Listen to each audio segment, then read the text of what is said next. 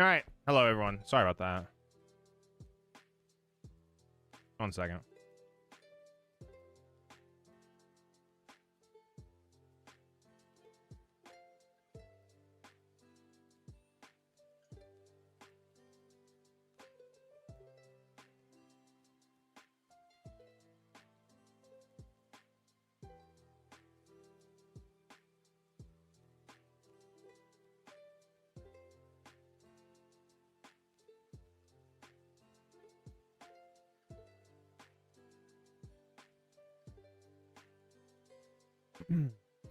Sorry about that, everyone. My apologies for anyone who's just getting back here on both Twitch and YouTube.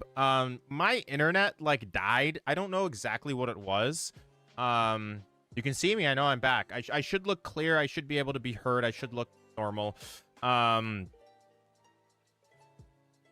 Yeah.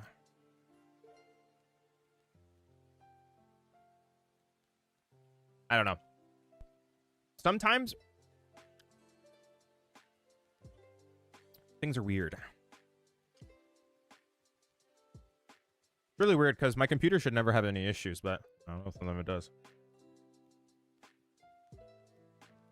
No, it was your no, it was mine. For some reason, my computer was dropping frames while streaming. So my Twitch stream died first, but my YouTube was fine, and then YouTube started to drop as well. It was really bad. What's up, Gar? How you doing? So my apologies for being gone for like 20 minutes. I've been attempting to fix this. I should never have this issue with Ethernet, but I do sometimes, and you know, nothing I can do about it.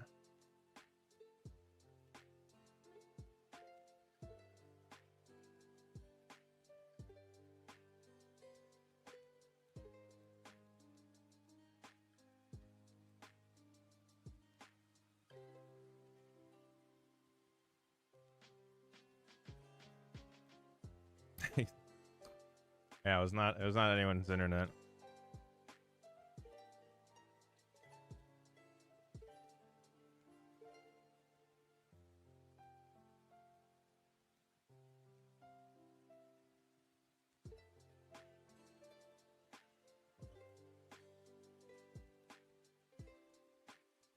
Yeah, internet's good. No drop frames. More of an off-meta question. How would you tech for Dango as Mega Lucario? Ooh. Your best tech as Dango, or for Dango is Max Belts. If you play Max Belts, you can one-shot with Hariyama. I don't know if you already play that or not, but that is the answer if you're looking for something.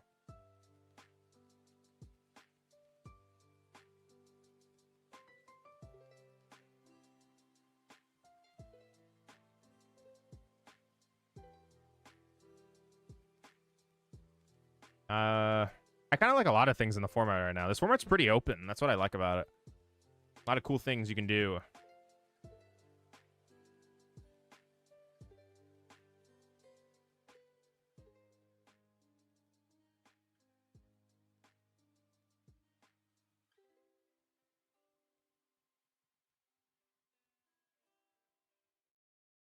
And my frames might be slightly lower this stream, but it's just because I had to change them to fix. I'll troubleshoot it more a little bit later, but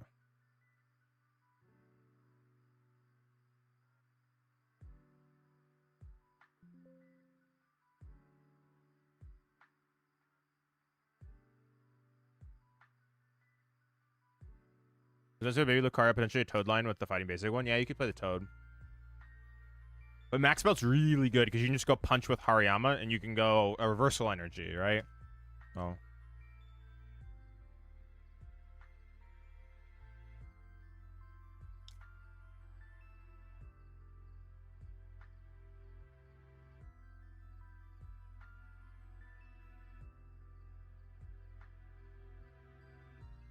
It's kind of cool.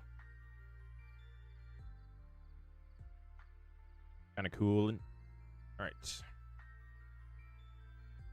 Well, starts pretty bad. And sometimes Dango draws like this. I'd love to find a trolley here. Not good.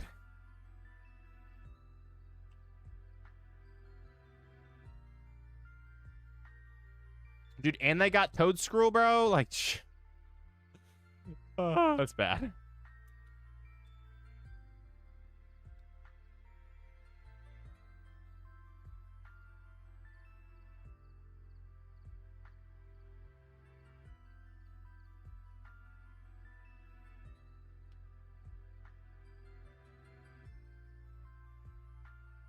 It's not good.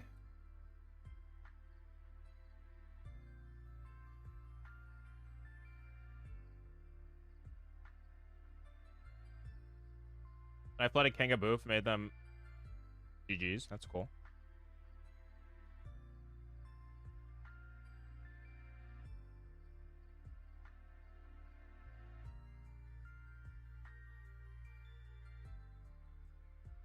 So yeah, it is. I mean, I'm bricking this game, but that's not gonna matter here. But yeah, we're just gonna go next. This game is, well, yeah, let's go next. Let's run it back. Maw's not better, no. Okay, that hand sucked. That hand was really bad. All right, run it back. Try again.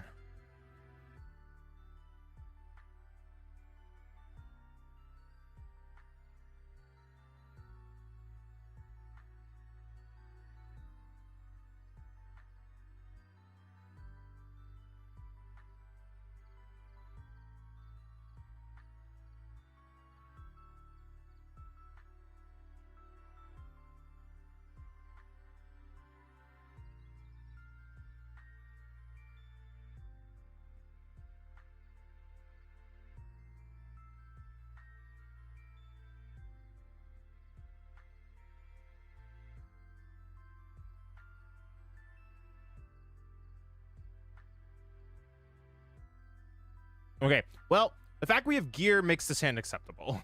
Always seems cool, but needs a lot of setup with 3. Yeah, exactly. You can lose games to having it on the board. Oh my god, this is so bad. Like, what do I even do?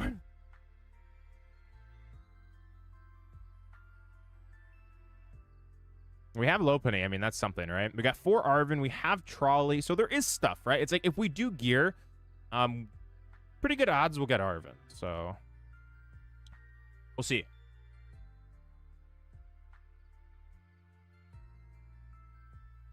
See how it goes. Probably playing against Charizard here.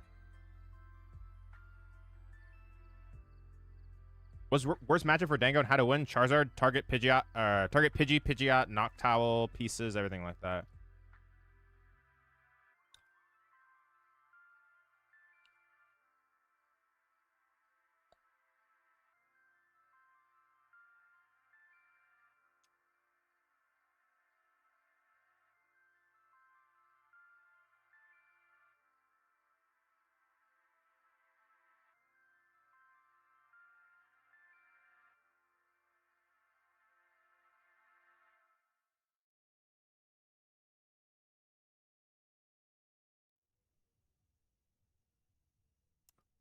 Like here, if we top deck Trolley, we're actually chilling because we could. It's not gonna happen, but we could KO the Pidgey here, which would be pretty sick. That's like the god top deck here. Well, now they're gonna evolve into Pidgeotto probably, right? So the god top deck. Welp. It's not looking too promising.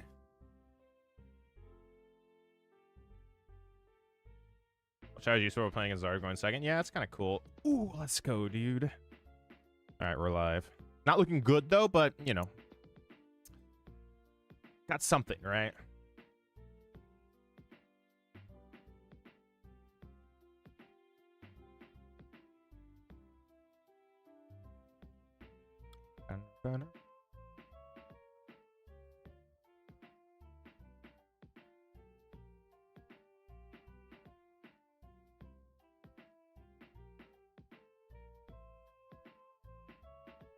Think I possibly even pick the most? Nah, because Typhlosion just is like not like if you want my honest opinion. Oh, we priced 2 Dango. That's not good. Typhlosion, like, yes, beats one deck, but it has the same problem Ceruledge has, where it just gets railroaded by like multiple other top decks in the format. Like, yeah. I don't know.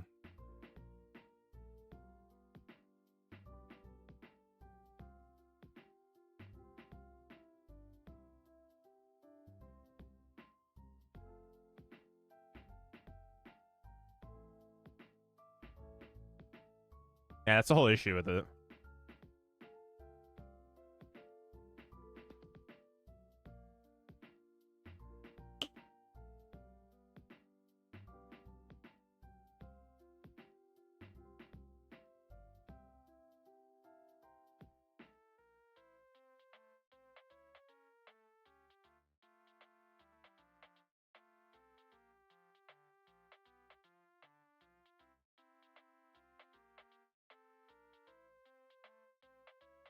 Like, Cerulege does do well into Dango, but just is awful in general.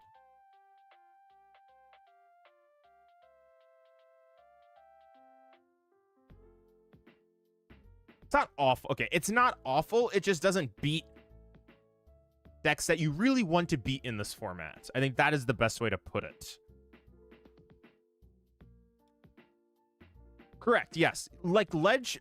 If a Ledge, like, randomly made top 32 or top 16 at an event, I wouldn't question it. I wouldn't be like, oh, that's a... You know, like, how did that happen? That should have never happened, right? I wouldn't question. I would be not surprised. What are they cooking here? They're in Charizard, eh? Yeah, Zoroark's pretty good. Yeah, Zoroark's a good deck. I like Zoroark.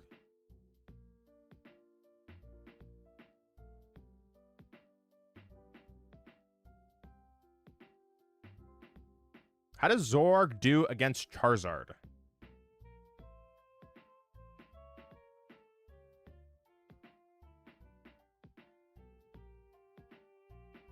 Evolution loses to everything? Hey, but you look good doing it. How are they? Wait, what? Oh, they got the max belts. Okay.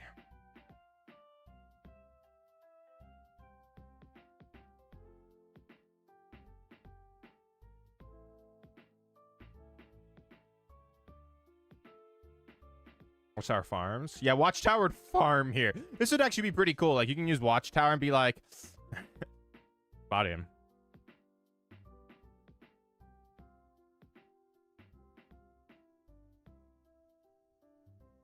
At this point, I have to kill the Zard. I can't even kill Pidgeot here, I think. Well, I could kill Pidgeot and hope they brick.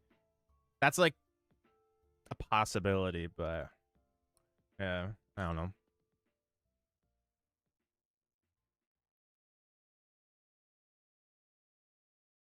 My only Dingo. Oh, it's true. Yeah, good point.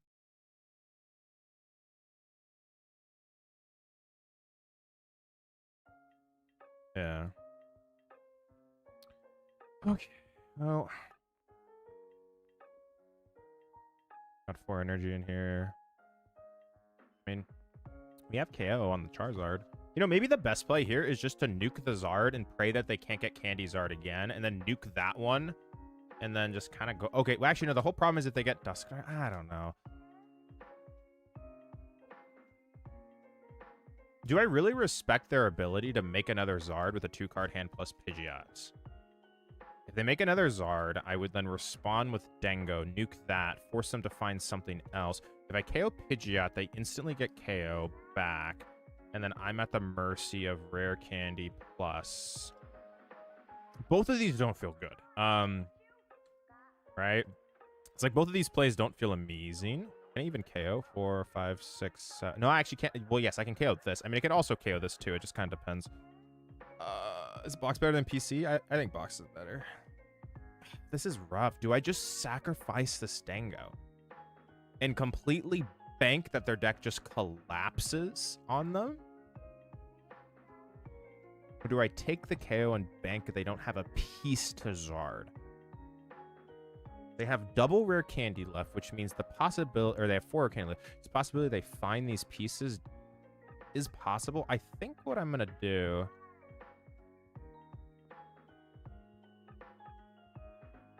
is take the KO on this Pidgeot and just pray.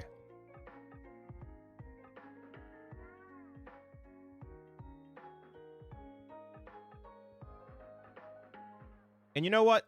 This might not work, but I don't really think any other... I think giving them Pidgeot this turn is so dangerous.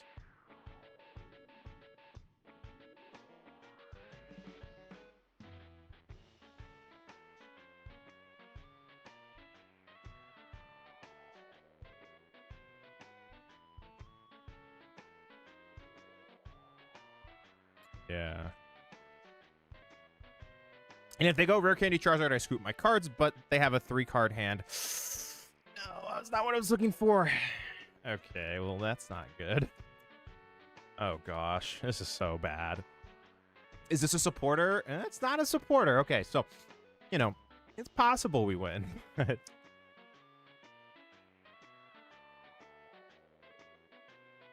Say it's too probable. Oh, actually, wait a minute. What could I ever Lopunny this turn? No, they have max spell. But I was actually thinking, I was like, wait, if we could Lopunny this, or actually this, and then if this didn't exist, we'd actually Lopunny here. Item card in this current meta. It could be good, yeah. Tool Scrapper is usually better when people stop respecting it or stop working around it. Yeah, I mean, I could Lopunny Punch here, but then they pop Dust. Now I lose that. Never mind, yeah. Okay, this will probably not work. Well, certainly will not work, but, you know, maybe their deck just continues to fall apart and we get bailed out. We'll see. I've seen some pretty crazy things, so.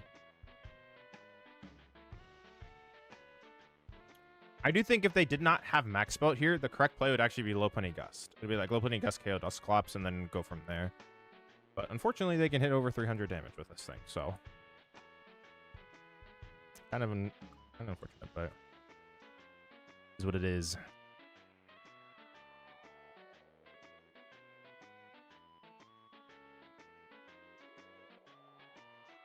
I don't need Air Balloon because I lose the game anyways if this thing ever leaves the active.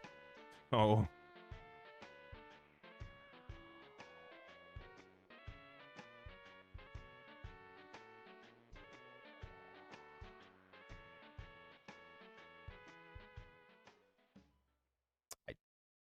Pray on a miracle, chat. That's essentially what we're doing here. Praying on some miracles.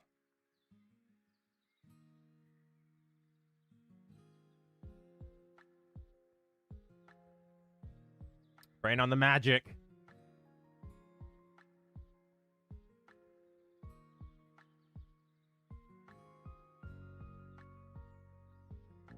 They got nothing. We're just going to see the... Yes! They didn't have anything. It worked.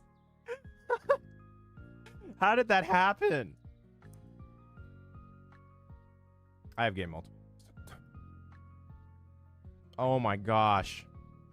Let's go, dude. Let's get it. What a dub. We made the right decision, chat. Made the right decision. I'm just going to restart my game. Game's a little bit slow. Holy cow. Now that was pretty crazy. That was a fun one.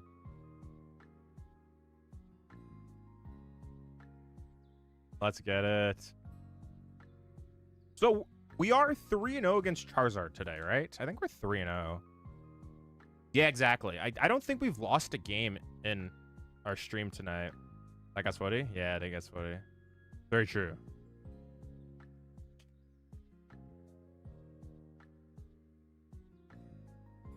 I kind of like these gears. This cram ain't doing much. I'm going to cut the cram for a 3rd gear. I don't know. We'll see what I play. I like Charizard, too. I'm just testing out weird Dango lists. This 3-gear thing is kind of tough, though.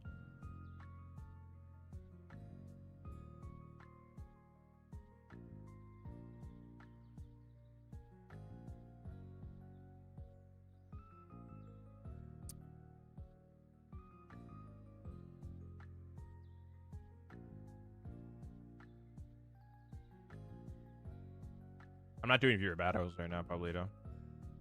Scrapper?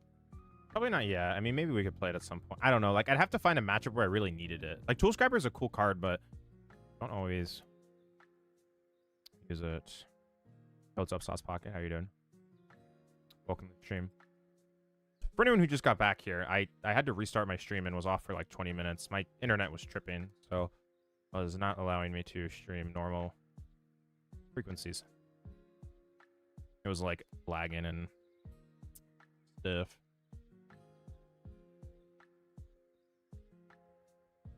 Ultra Ball and Dengo have been flip-flopping. Well, the reason why TM Evo is good is because you don't have to bench Genesect. It's huge.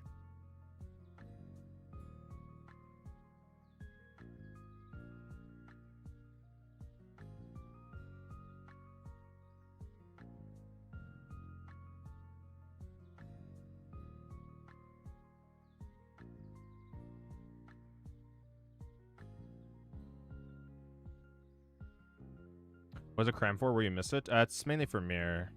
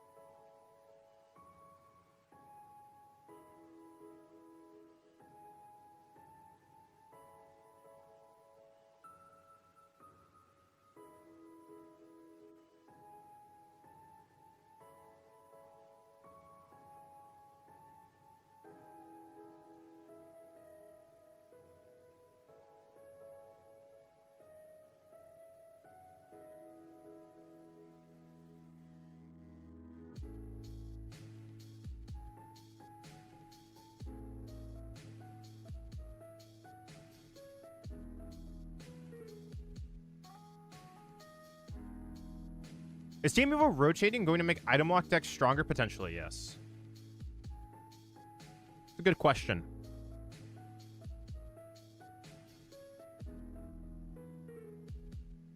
But it's like hard to tell exactly what will happen yet. We still got till April. People need to figure out how to play all the cards. Ooh, this is our 4th Charizard, everyone. We are running through the Zards tonight.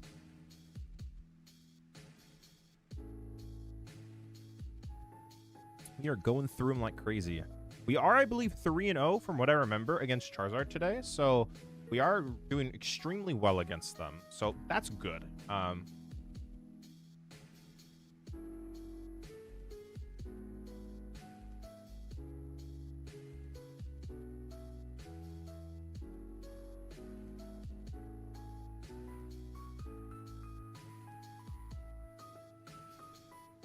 Is Cram broken in mirror because it can hit 120 for a prize trade? It can hit 120, which can knock out Solrox and Lunatones, and you can establish board states without Gimmighoul down early in the game. To create, like, essentially you can keep your 1 prize board states while still taking prize cards consistently, because you can continuously chase their Lunatones, their Solrox, things like that.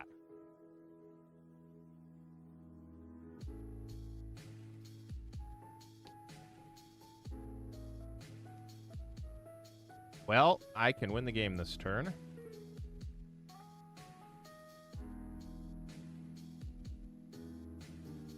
However, I don't have it. Need you. I don't even think I'm going to try and go for it. I just don't even need to try and go for a game. I'm just going to play really safe here. So you're big for Toronto? Still trying to figure it out. I'll post it on my Metafy group, what I'm going to end up with.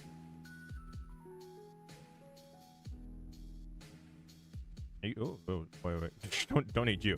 I usually end up posting all my lists and what I play on that. That's what I'll probably do. Okay.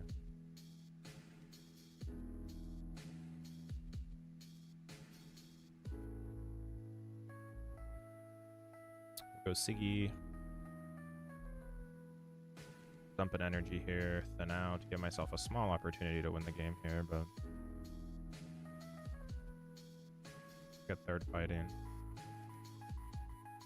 Lunar Cycle into Vitband. unfortunate, but it's okay. This like hit here is like fine. It's like completely reasonable. I'm gonna Lunatone this energy away anyways. I can just go boss KO Pidgey. That would probably be the goal next turn, is the boss KO Pidgey. What specifically did they Ultra Ball for? They got Charizard. I mean, if they're gonna Candy Zard here, I don't care. Their board state is just so bad at that point. I mean, we'll just win the game this turn. Should be guaranteed game almost. I mean, we have like Nest Ball for Fez, Dengo. See 1, 2, 3, 4, 5, yeah. All right, I think we're about to be 4-0. But is less initial worry at the G block is ban tourney they held in Japan. More good as CH2s. Oh, I actually wanted to ask something. Pokepad is not legal in the new set, right? It's the set after the set that's coming out, correct? Pokepad is not coming out in Ascended Heroes, right? Or is it?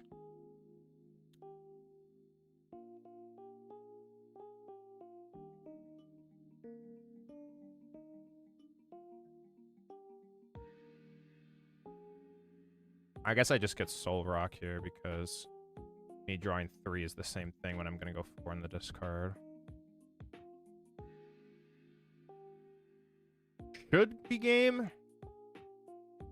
I thought it was. Is it in the deck box or what is it? Because I looked at PokemonProxies.com and it has Pokepad in the second set.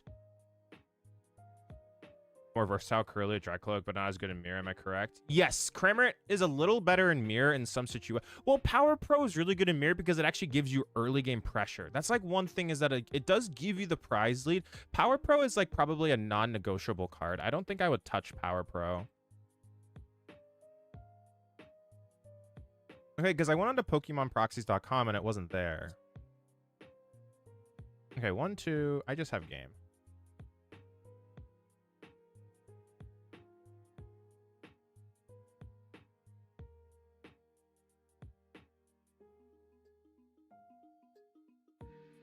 Am I short? No. It's in the 100 decks. Not okay. Is the 100 decks coming out in the US?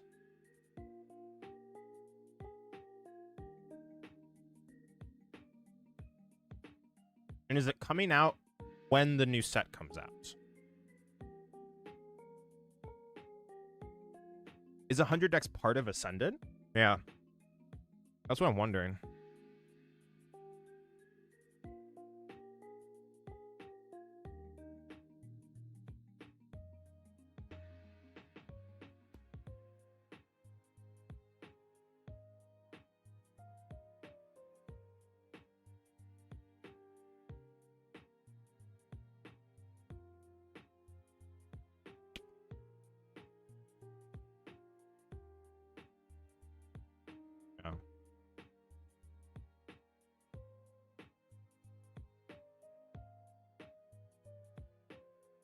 No, some of the cards from Start 100 are getting folded into Ascended, but we don't know exactly which ones. Oh, so we don't even know yet?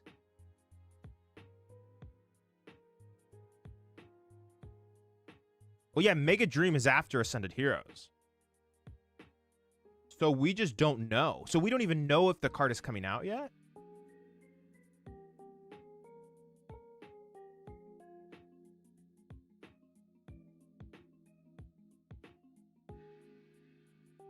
Because in Japan, they are using Pokepad right now, but they might have Mega Dream. They already have Mega Dream, right?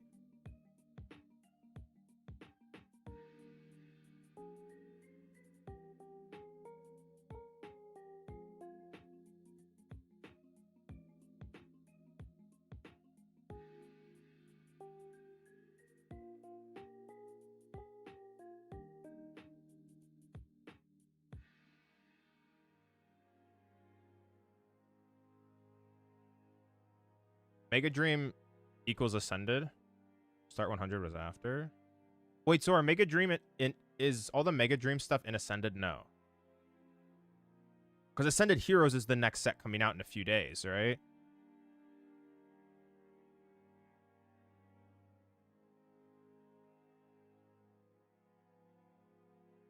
Yeah, okay.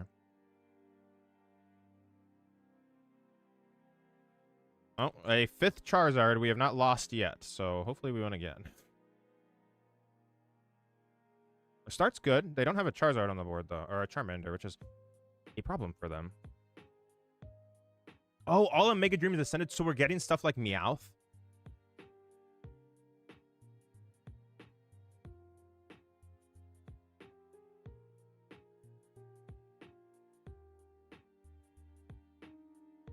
Yo, Shitty, thanks for the raid. I appreciate you.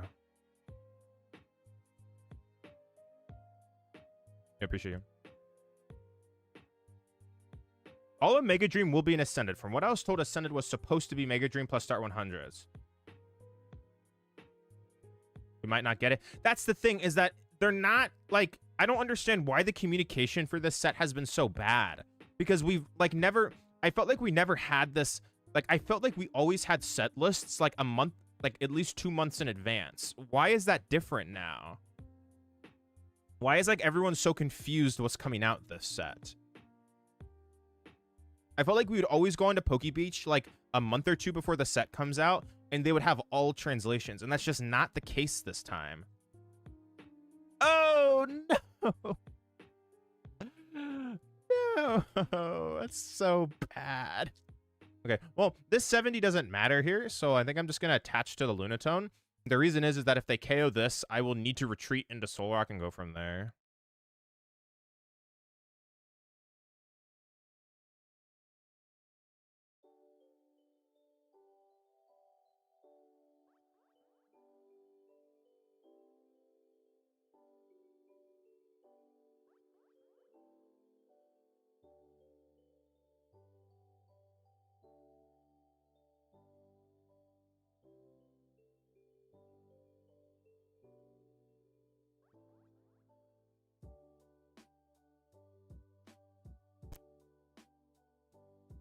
Even this release with the sticker pack being way earlier products is annoying. I see you change your channel points rewards. I'm just not doing viewer battles tonight.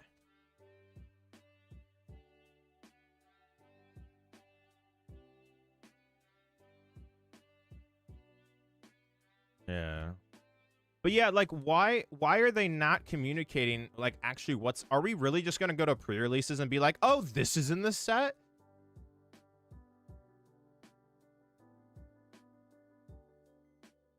I think this is going to be our first loss against this matchup. We're currently 4-0 into Charizard, and it looks like this is going to be the first time we lose. Holy cow. Oh, my lord. This is so bad.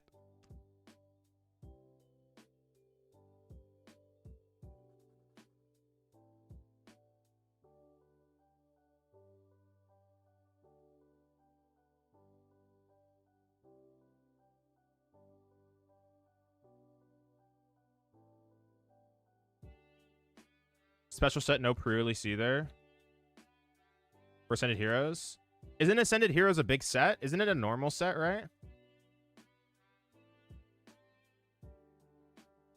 I had no win con.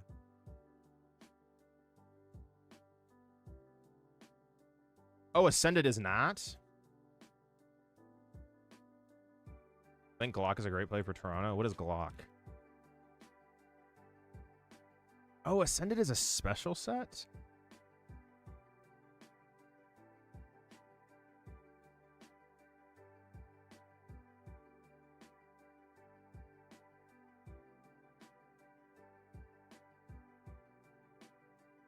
Oh, perfect order. Why do they keep doing special sets? Glock. Yeah, Glock is really good.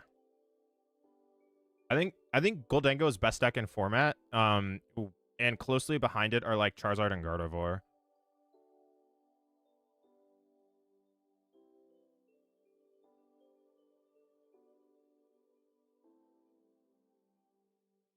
I don't even, after playing games today, I don't even think Zard... Okay, that was the first time we lost to Zard and we just completely bricked. But we've played 4 times against Zard and we've just beat them all. We just KO Pidgeot and they lose. Like, I don't think this matchup is very bad. Those should do really well for them monetarily, would be my guess. Yeah, probably. I agree. Yeah. So here's a big set because it combines a 200 card reprint set with another 750 card reprint set. Wait, what? Should I get Evo for Cram? Evo's pretty good against Dragapult. The main reason why you'd want to play Evo is because not benching Genesect into Dragapult is like insanely important.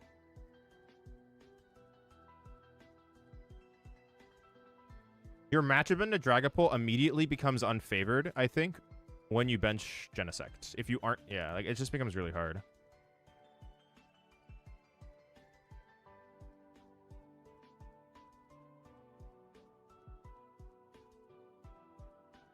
I also believe in Pult. Singles prices, yeah.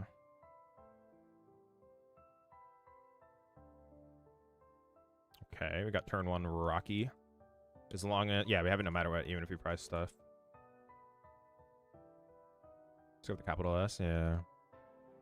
I wonder if it's going to be a mess getting cards before EUIC, because Ascendant is legal for EUIC. So I remember heading into 2024 Worlds, they were just releasing, what was the set? It had Fez. What's the set called? It was the mini set with Fez, Petrant. Actually, Petrant was banned for that event. Shrouded Fable. Yes, it was a nightmare. I literally was running around to grocery stores trying to find Shrouded Fable to rip in hopes that I ripped the Fez. It was just a nightmare. It was not fun.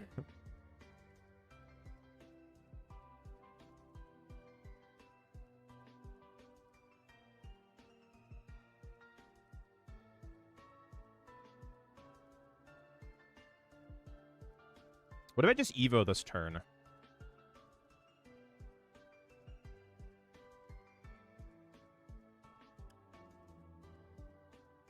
And I don't bench Genesect. Oh, I prize it anyways. Okay, cool.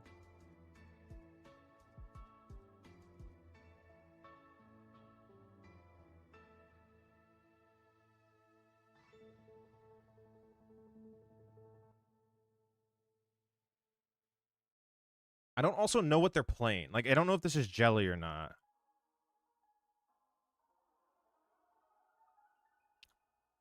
This is really annoying. I don't know what I'm playing against.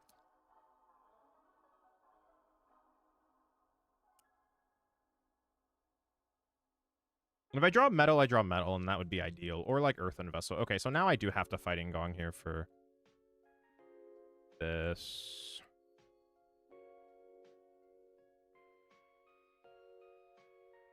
And I just TM Evo with Soul Rock.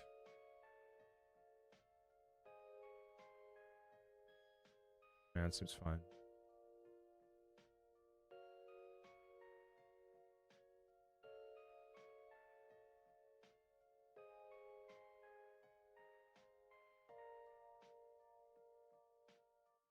Donzard? Oh, yeah, I think it's close. I actually think the trolley builds are better into it because they're more aggressive. The worst thing is End Zekrom. It's like, yeah, it's like End Zekrom is cool, but I don't know. Zorak's such an interesting deck right now. Some people think it's broken, and some people just think it's horrible.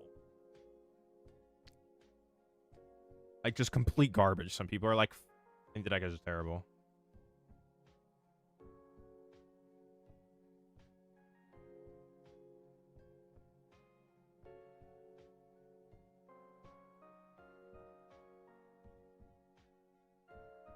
Zorak is a dark horse going to Toronto? Yeah.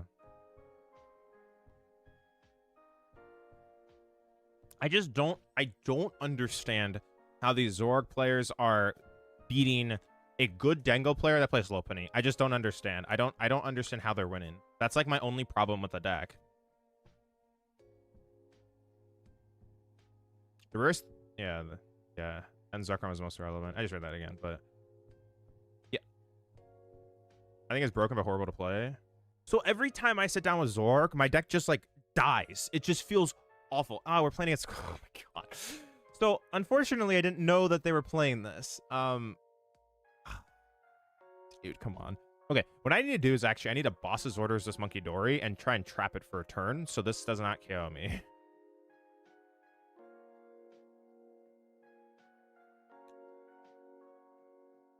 that worth it? I would not cut Vitality Band because then Power Pro is not worth it.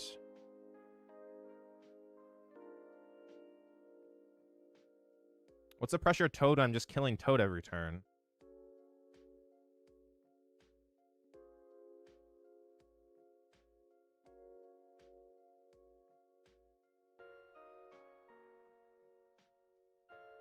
Can I find a boss? That would be really good here.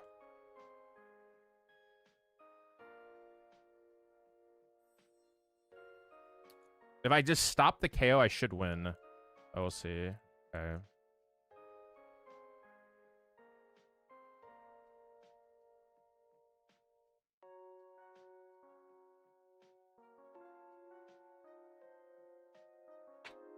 And then next turn, if they don't get retreat cornerstone boss, then I just go Dango KO, evolve into Lopunny, and we just chill.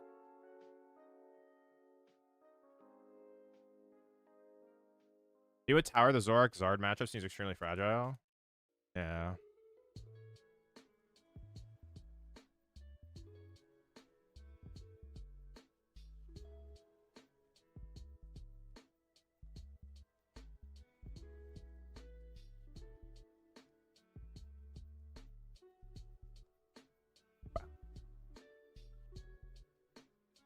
Dude, if they got this, they got it, man. No, do they have it all? Oh, no. Really, dude? Okay, that's fine. It is what it is. Now we'll probably lose. If I had known that we were playing up against this, we would have TM Evo'd into Lopunny and probably won the game very easily. However, it's not happening here. So now I have to Super Rod. Then kind of go from there.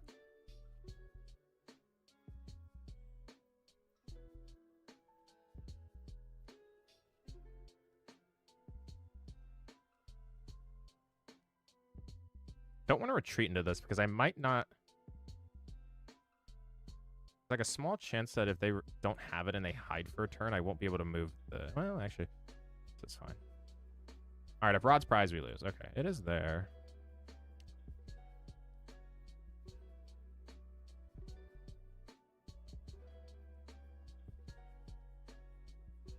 I can probably put this back. I don't have an issue really doing that. I mean, I'm not aggressively. Like, I mean, I'm gonna hit with Lopunny, so I'd actually rather have the energies in the deck. Okay, please miss back-to-back boss. Yeah, that'd be ideal.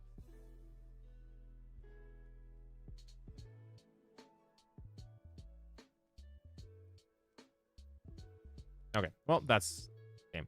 So they had to have Nest Ball. They had to have Nest Ball, Energy, Boss to win. And it is what it is. Like, if they have that, you lose. If you don't get TM Evo turn 1, right? Which I could have TM Evo'd into Lopunny. I just didn't know they were playing that. So, all right, run it back. That matchup normally is an auto win if you hit it and you know that they're playing it or they don't start that board. But then again, I could have also... It's kind of interesting. I could have benched... Baneri turn 1 because they started double monkey, which means that it could have been jelly, which I would have wanted like to have on the board. Yeah, like that's a situation, right? Where like I would just win game 2 and 3 like pretty quickly. But maybe it was correct in a blind situation to still bench Baneri if they start monkey, because it could be jelly too, which you'd want to have it on board. It's interesting. Like bunny there. Yeah, you play super safe in that spot.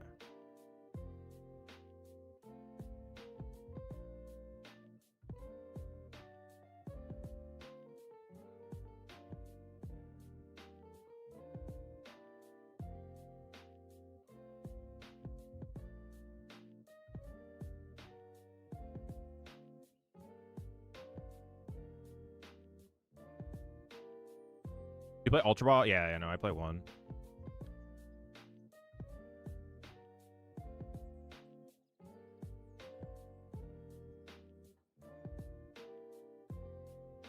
Yeah.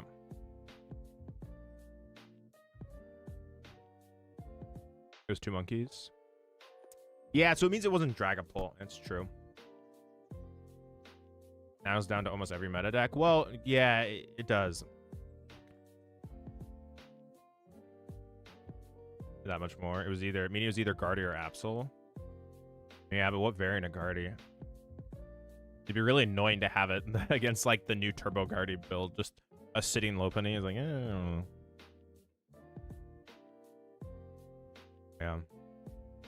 This will be my last stream before Toronto. I'm heading to the East Coast tomorrow morning. So won't be live tomorrow. I'm gonna try and record a couple of videos today. I'll probably record some after stream for sure. I'm gonna be recording an interesting thing I'm starting. I'm gonna at the moment just start like a kind of hybrid between a podcast and a radio show, which I'll be putting on my YouTube. Like essentially what it is just gonna be, it's just gonna mostly be a podcast right now where I have a list of things I want to go over. For example, like we'll go over, you know, like Toronto regionals, new set stuff, just, you know, kind of everything, right, that has, you know, some relevancy in Pokemon right now. And at some point, if there is someone that comes along that I actually want to do a podcast with, then that would happen. But I think I want to start something, like some type of thing. And what I'll probably do in the future ones is like create a like either a Twitter post or a YouTube post and just ask like, hey, like any questions you want answered, etc., etc. Just put them there and I'll answer them. Probably what I want to do. Yeah.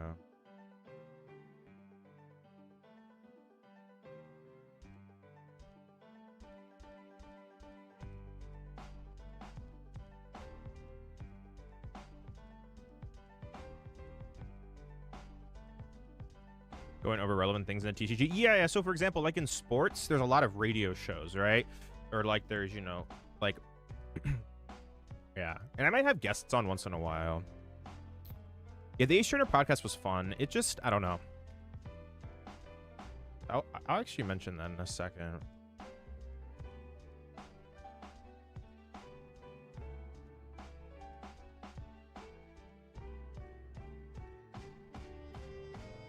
What am I playing against? Dude, what is this? Oh, it's the low penny Duskmore deck. Yeah. I think I just TM Evo. Isn't this just like TM Evo and we just kind of win?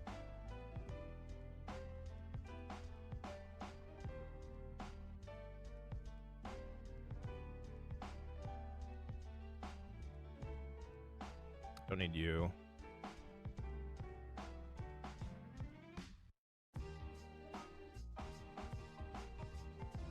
High price double gimme. Okay, it's relevant.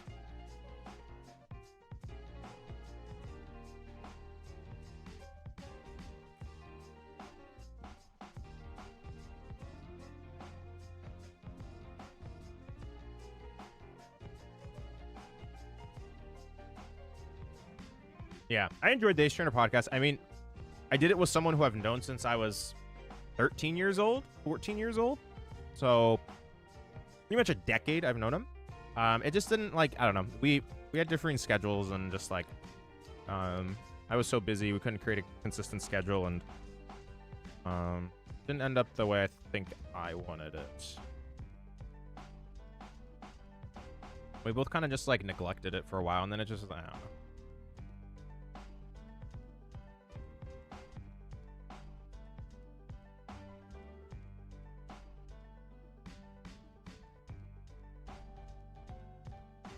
What do you just speed into gel or spread into jelly with this build? The matchup seems to have become much more Dango favorite as a recent.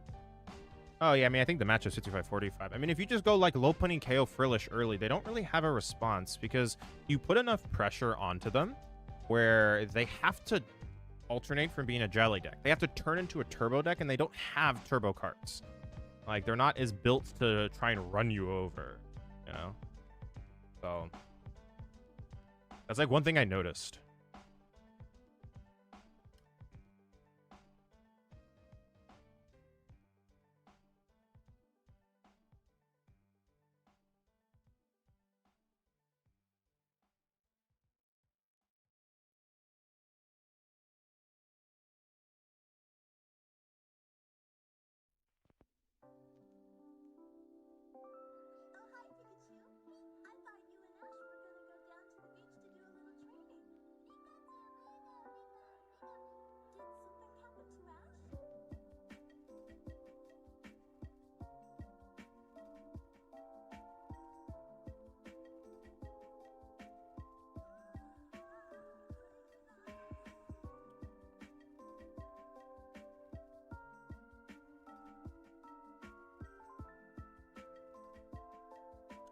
All right. This should be pretty good now for us because we wipe this, and then what do they do? Yeah.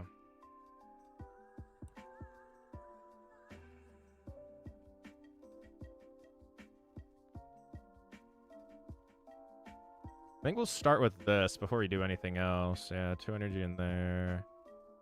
Closing in on the KO here. Okay, that's good. Great. Better than Lopunny Dusk. Yeah, this deck is like kind of weird. It's like cool though, but I don't know how good it is.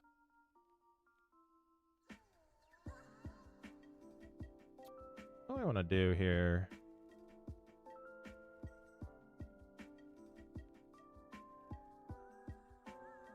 I mean, I guess we can Rod and just put this back and then just Fez again. I don't think that's really a bad thing here. I mean, I could also set Lopunny up, but I don't really think I need to do that. Okay, so if I take 3, 4... No, yeah. The problem is we don't have any other gimme goals because they're prized. So that's quite annoying. Seems that potential? Yeah, I know Azul is playing with it recently on stream. Seems kind of cool. I don't know if he did well in the tournament that he played it in, but it looked fun.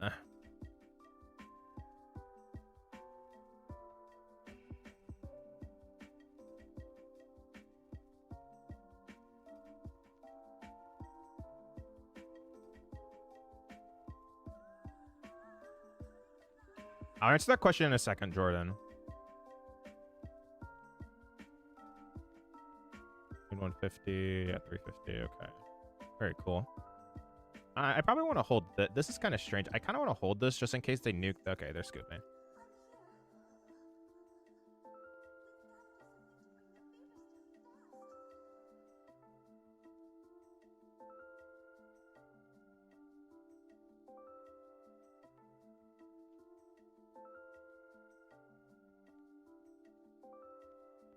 In an Arrow tournament, have you ever been in a situation where you're able to guess that an opponent had boss in hand based on how they organize their hand during their turn?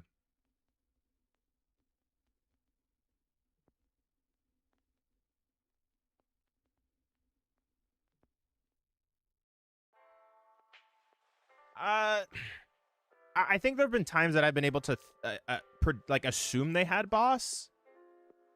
Like, one of the things that's actually important in Pokemon is, like, if you get to a comfortability level with your deck, you can spend most of their turn not trying to figure out what you're going to do, but reading what they're trying to do.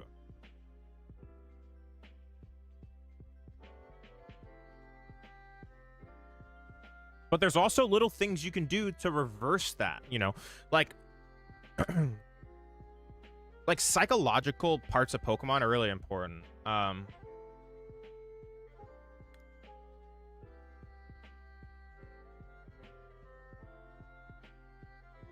There's a lot of little things you can do without saying anything that will sometimes affect the outcome of a game. Go focus on myself. Sounds like that's not a great idea if you're that uncomfortable.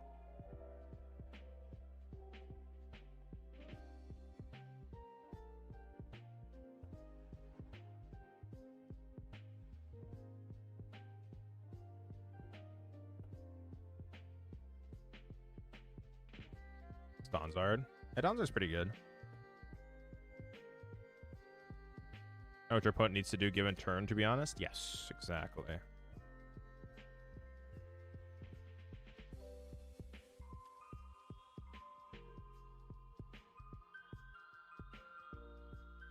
Ooh, they are. You can't say anything. That is one thing. I think in Magic, like, you can't say anything. However, because that's cheat, like, you can't tell your opponent I have this card and then not have it. It's actually against spirit of the game. What you can do is, like, I don't know, like, these are like very small things that usually don't matter, but like sometimes I'm organizing my hand and like I'll have like an Ultra Ball and 2 cards I want to discard, and I'll take them in my hand like this, and I'll just, you know, put them in a section. You know, that's something that happens a lot of the time, right? I can read sometimes when my opponent is organizing their hand. However, you can also be getting baited, right? There have been some times where like, yes, I usually shuffle cards sometimes. Like there have been times. Actually, Henry Brand did did a segment on these type of manipulation things that players can do, you know, which are completely legal. Like even small little hand gestures and things like that, right? You can't bait people with how you set up your board in hand. Correct. You cannot intentionally mislead your opponent. Yes. That is true. Yes. Yeah. Very, very true. Yes, you're not allowed to do that. I hit the same person?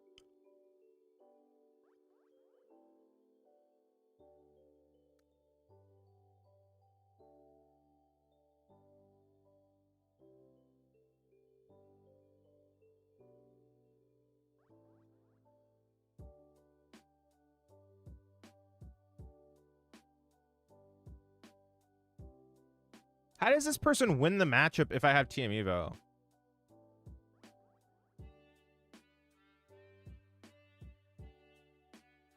Yes.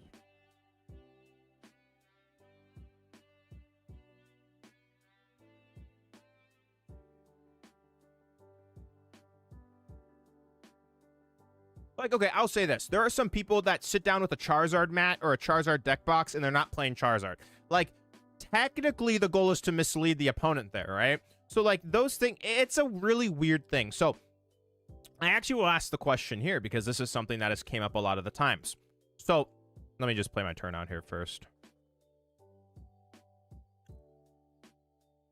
Let's say you need an Ultra Ball for game, but you don't have Ultra Ball in hand.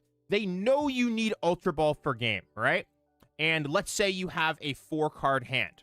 And what you do is while they're playing, you have your hand fanned out like completely normal, and you put 3 cards down first and look at them and then put the 4th card down. That could imply to someone that you have Ultra Ball and you're trying to figure out what you want to discard. The intention in that situation would be to mislead your opponent into trying to Iono because you don't have the Ultra Ball. I personally don't have an issue with that if my opponent does that against me, because sure, it's my decision to Iono. Yeah, just don't be weird. But that is a situation that I've seen happen before. And I don't think there's anything wrong with that.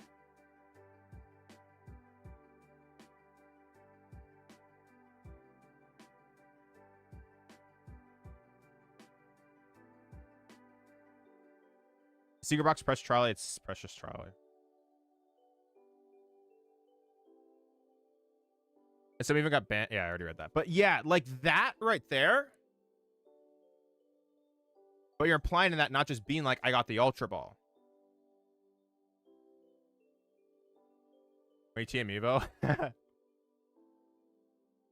But I don't think, yes, you might be. No, but it's there. That's what I don't know, is I don't know if that's considered like cheating, because I would say if my opponent did that to me, it's like they're not actually making it obvious. Like they're just fanning out their, you know, like for example, like sometimes I'll be, you know, trying to figure out what I'm trying to discard when they're playing, and I'm just kind of like putting my cards down to figure out what I'm actually going to do the next turn. This oftentimes happens when I'm stressed for time, is I'll try and completely plan out my entire hand and order my entire hand to where I can just go play, play, play, play, play.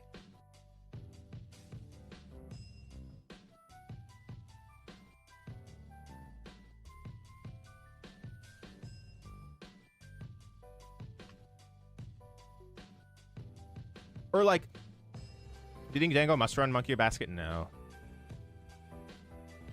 But like, is it cheating if you just shake your head? This is another thing that I'm kind of curious about because I've seen this happen and I've seen players do this. Is it cheating if you like shake your head? You don't make any, like, is it really cheating to give a facial expression to seem like you're not happy with the scenario? No sounds, no nothing, just kind of a situation where it doesn't look like you're super happy with the situation. Is that considering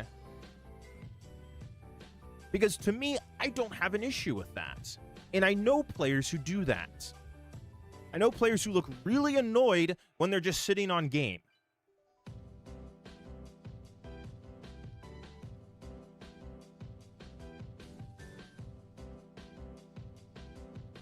There's a specific player who I know who doesn't really play much anymore, but they would specifically not look happy, and they're just holding game.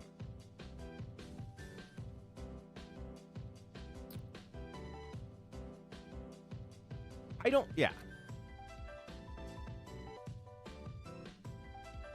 Like, they look like their dog just got, like, shot, basically, and they were holding the nuts. I don't think that's cheating. I think that's part of the game. That's just discipline. Yeah.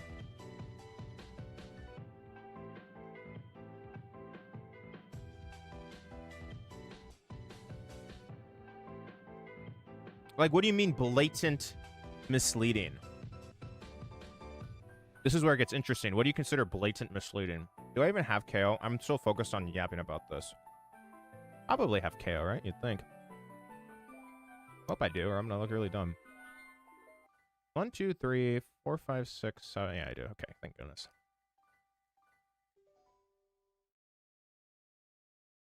Oh, shoot, I don't. Wait. 1, 2, 3, 4, 5, 6, 7. Ew, that's not good.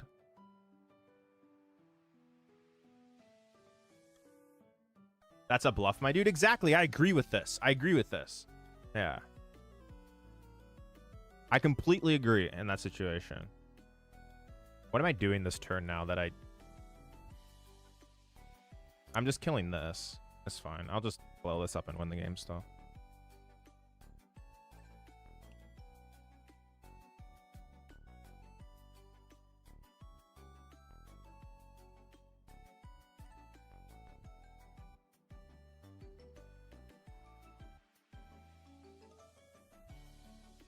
Correct. Yes, I agree. I agree with that. Yes. So this actually happened. Henry Brand actually spoke about this in a video that he did. It was a coaching lesson that he did for Kieran Farah during Worlds. And he recorded it and it was posted on Kieran's channel. And I was playing Henry because Henry basically did like a segment on bluffs, understanding your opponents and things like that, right? You know, coming from a world champion, that's pretty cool. And I actually had this exact situation against Henry that came up where I did something. I didn't say anything. I did something with my hand that he knew the contents of my hand because I did it. And he was able to, in that situation, change what he was planning to do based off the smallest little thing that I did, which was mapping out my hand and putting, let's say, I don't remember the exact situation. I think to him, I made it seem like I had the card that I needed and was hoping to get Iono'd, right? But he knew I didn't have the card. And it was a really interesting situation because it kind of goes over bluffs and things like that, right? So...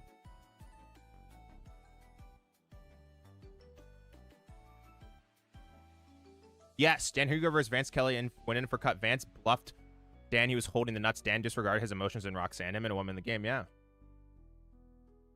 1 second. I need to turn off the heat.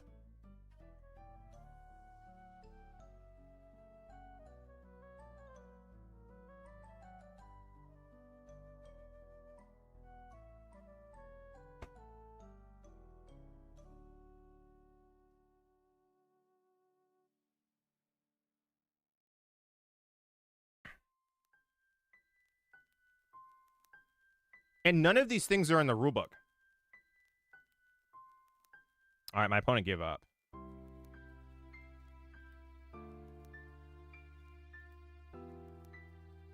I forget the situation with Henry, but it was something along those lines.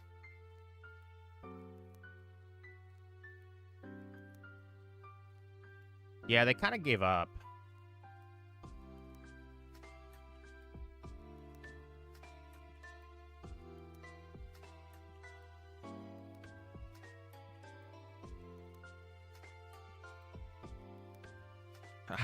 Well, Lucy X is the play.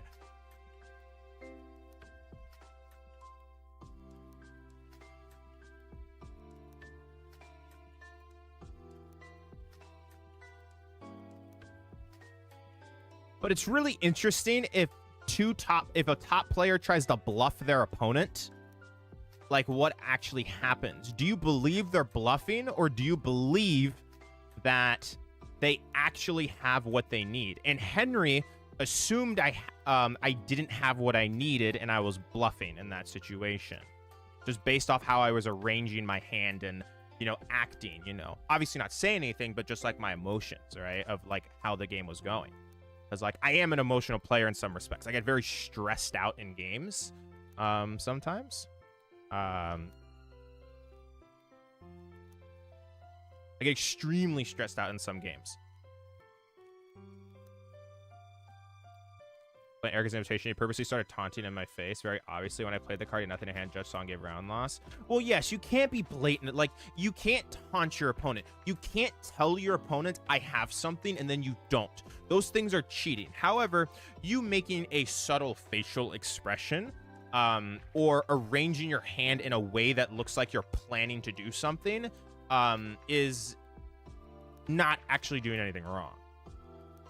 If I can't Iono, obviously, yeah, sure, exactly. Like, I had this situation happen. It was, I think I was 8-1-1 or 9-1-1.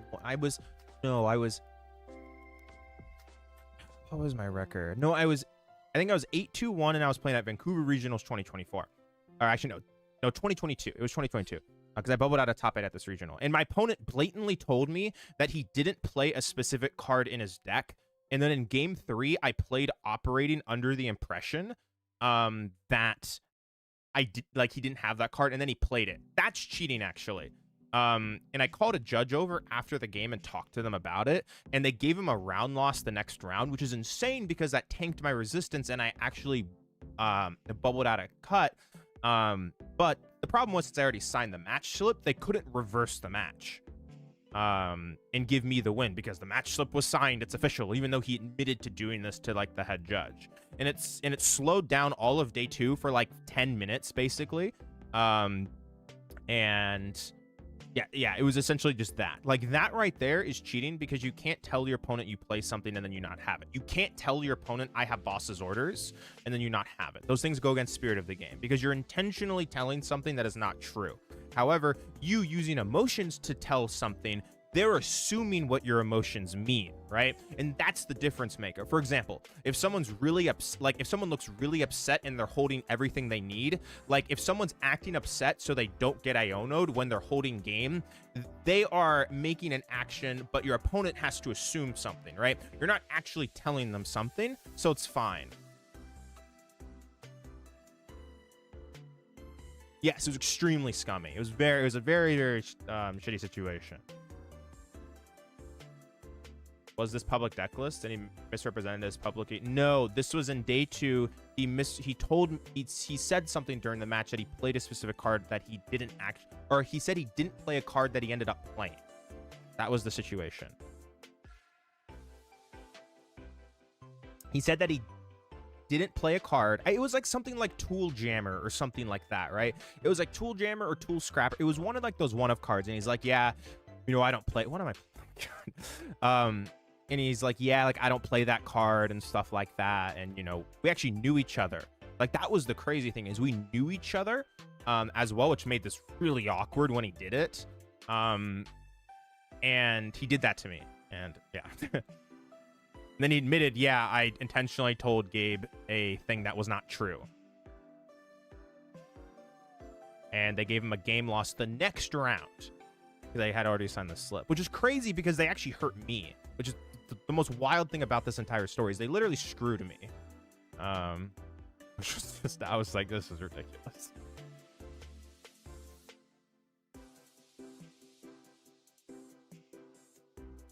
How do you prove that he lied about what was in his deck? Oh, I mean, he admitted it. Yeah. I probably need this card. I'm probably just going to Soul Rock here, right?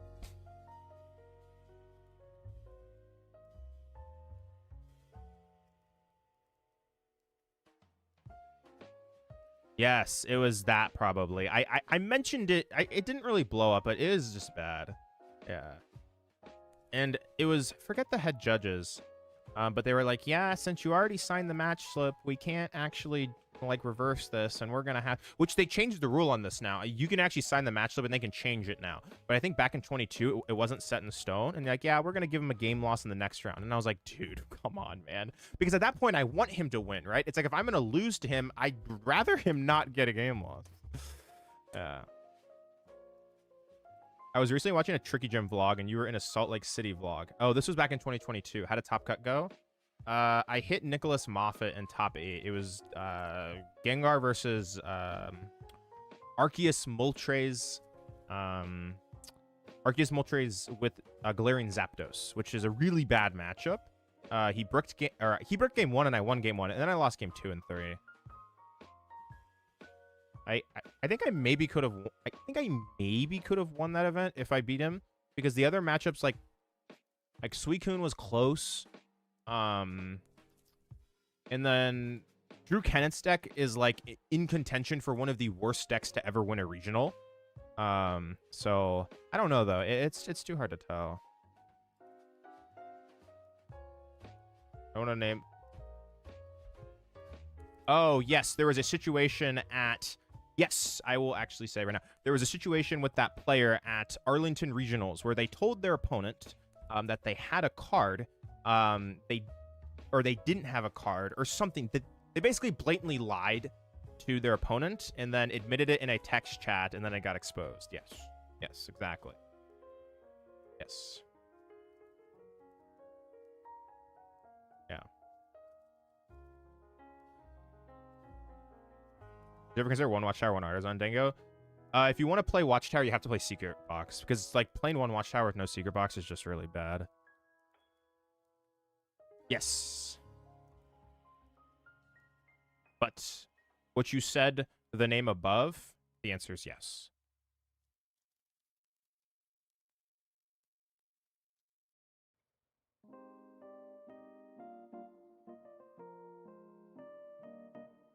Well, that's not good. I probably should have checked that. Could have.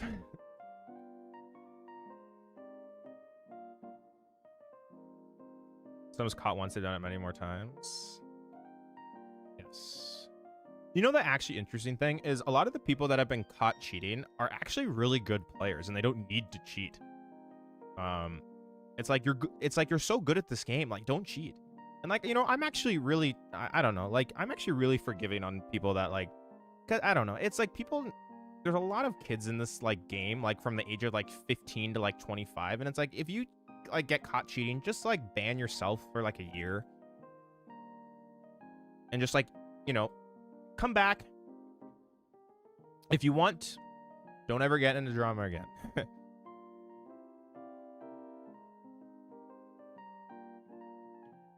Yes, I did. I don't understand. I don't know. I think it's a little, they're interesting. As someone who knows him personally, kind of weird. I don't know. They're just kind of bizarre tweets.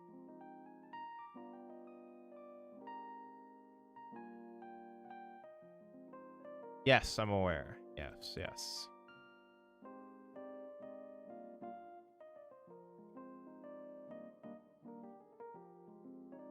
I'm like just like yapping. I'm just going through the motions right now of like this game. See if I could get League Cups and then winning an IC. Who did that?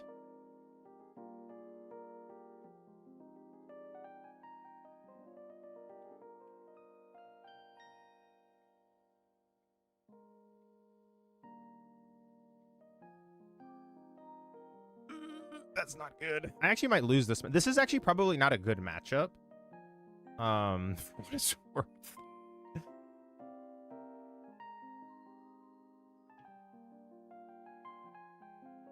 Cheating tends to happen more on the line when you're good, but the person struggles to cross the line into the next level. Yes. But I also think there's people who cheated in the past that are reformed. I don't think that, I don't know, like, as I said, I think a lot of people in this community are so young and they're so stupid that like they just make mistakes. Like for example, there was that kid that got caught cheating who was like 15, 16 years old on like stream, and I'm like, I don't know. It's just like, yes, he should be held accountable and he should be banned for like a year, but like if he comes back and plays clean, it is what it is. Actually, I think 𝙁𝙬 was talking about this on his stream a few months ago, where it's just like, just ban yourself or just take the ban and move on.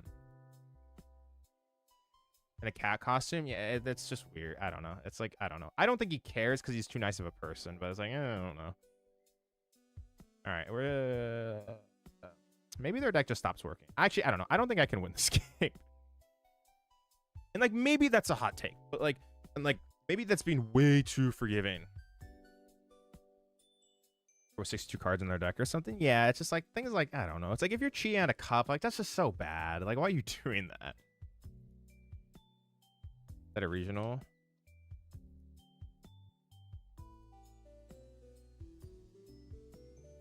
I have no idea what you're talking about, Sonny. I have no idea what situation you're talking about. Like the most unbothered person? Yeah. I used to, I don't talk to him as much as I used to, but he used to be my best friend for a few years. We used to room together at a bunch of regionals. But we don't do that as much anymore.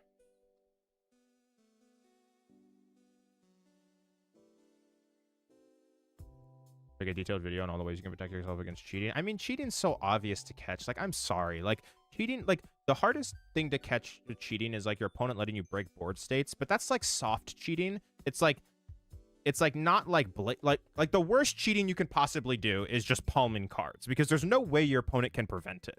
But, like, stacking your deck is just it's such a stupid way to cheat. Because if your opponent cuts your deck, like, or, like... If your opponent like doesn't cut at the exact same point every single time, like attempting to stack just has such a low ROI. It's just like stupid. It's like, why would you do that? Yeah, because you guys are on DDG together. No, so that wasn't the reason we were actually. We originally, so the DDG group was originally just a friend group. It was just a friend group of people that became then a sponsored team. And so it actually had nothing to do with the sponsorship. We were just all best friends. We were just all extremely close. Like, I spent time outside of Pokemon, you know, with them, you know, like Andrew and stuff like that. You know, like we go to baseball game, like we would do other things, right? Outside of just, you know, like playing Pokemon. But ever since the super group merger, and once that happened, a fraction of the old DDG testing group got kicked or pushed away, and there were about 3 or 4 people, and that got, you know, pretty much just thrown away. And that's kind of what ended up happening. It was not a good, it was a very messy fallout. Very messy fallout. A lot of anger. Or frustration between multiple people, actually.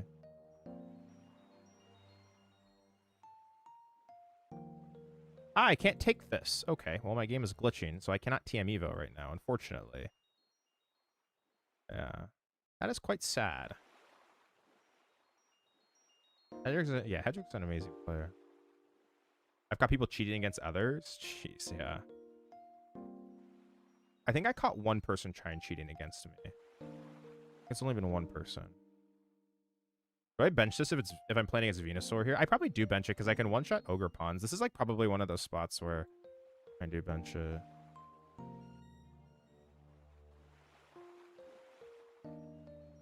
But like, yeah, the main ways people are cheating, it's like, okay, like stacking your deck, like palming, rule sharking. I actually think rule sharking is just a really shitty way to, like, I don't know, like rule sharking is just so gross.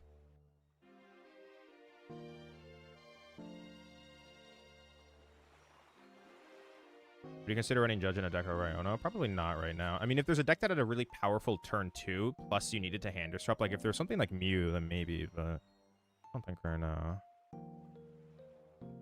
I would have TMU. I might have TMU this turn if my game didn't glitch. I think that may why ironically doesn't play Guardy. Just going on what he plays seems really tested. I think winning with the Dialga V was crazy. Yeah. It was really good against top 4. Yeah, Pulsar's pretty good. I don't think it's very good against Dragapult, but yeah, Hedrick. Hedrick in a way is a player that will just play the same deck. Okay, thankfully I put this down. Hedrick will just play the same deck over and over and over again. He doesn't think of himself actually as like some like extremely like versatile. Like he needs to sit down and learn a deck first before he can actually play it to a regional. Like that's why if you see his Limitless page, he'll just play the same deck over and over and over again because he would rather just do that.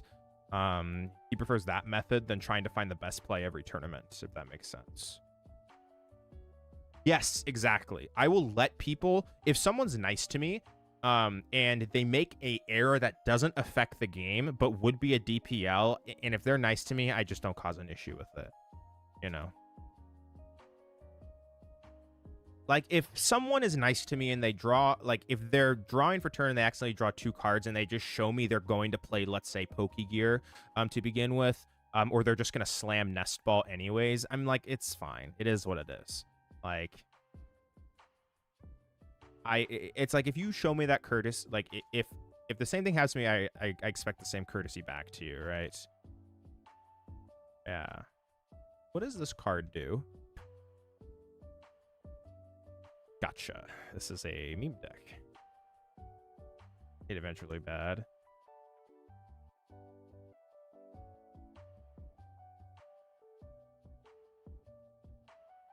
Sure.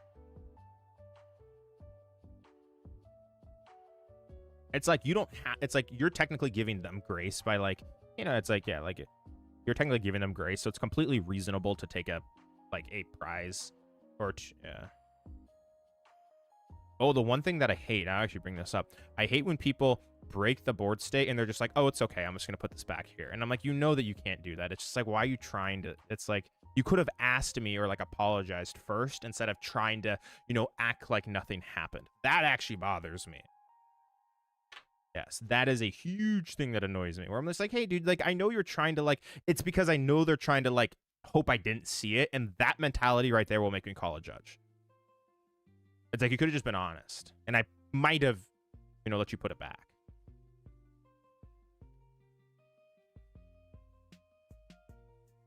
Yeah, I'm like, okay, I'm never being nice to you. Exactly. Yeah, it's things like that. Or, like, people rule sharking at locals. Like, I saw this guy rule sharking, like, a 10-year-old, at a local event, and like I've just made it out to be like just pretty much give him a cold shoulder every time I see him at tournaments. Like, I'm like, that's just I don't like that. Like, that really annoyed me.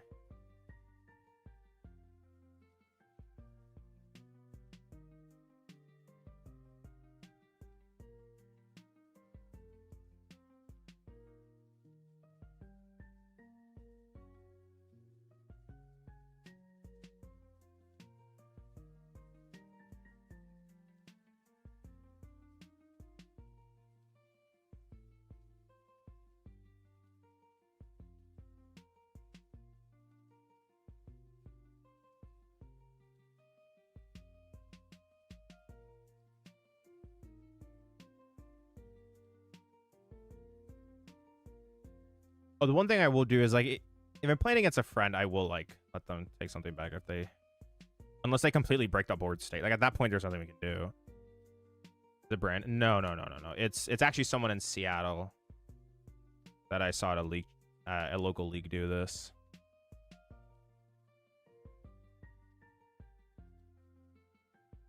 It's no one really anyone would know. Funny story, in the win in the 𝙇𝙄𝙎𝘏 at Pit, Dengo forgot to attach energy to Dengo before discarding them, and I was like, you can't attack. Then he was trying to guilt trip me into saying it was a bad matchup for him. Then I realized the play actually helped me, so I let him do it. Yeah. At this point, is so an insult on an intelligence, yeah. It still gets me that I couldn't make it back to the venue for 𝙇𝙄𝙎𝘏 Pits. Yeah.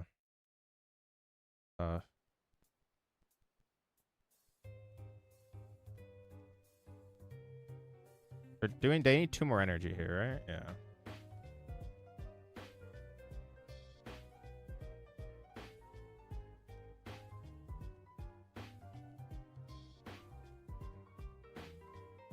Go show me the card shuffler deck. Yeah.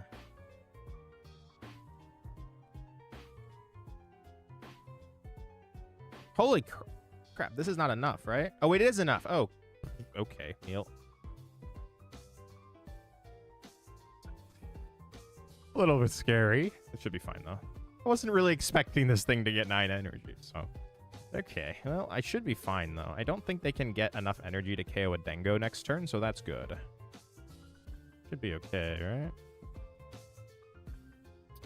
Dengo.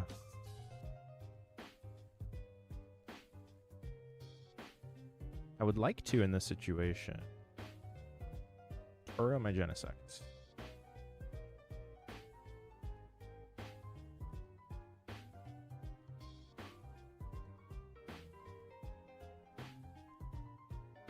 Yes, you do. You get time extensions.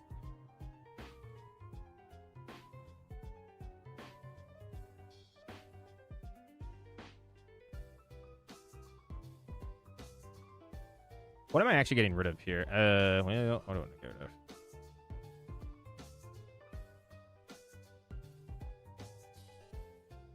I mean, that's like fine.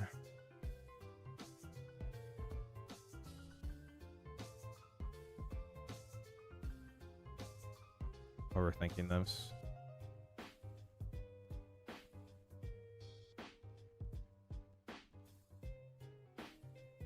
Dude, there's no possible way that they are killing this Genesect. And I see my whole deck next turn. Okay.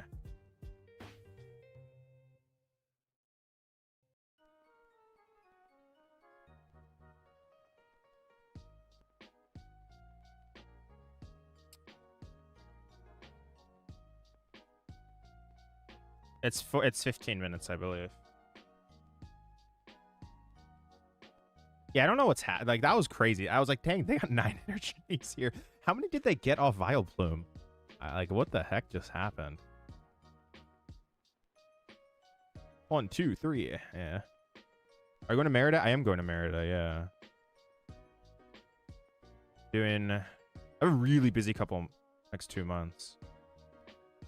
Next turn for sure? There's no way, bro. There's a Meganium showing up.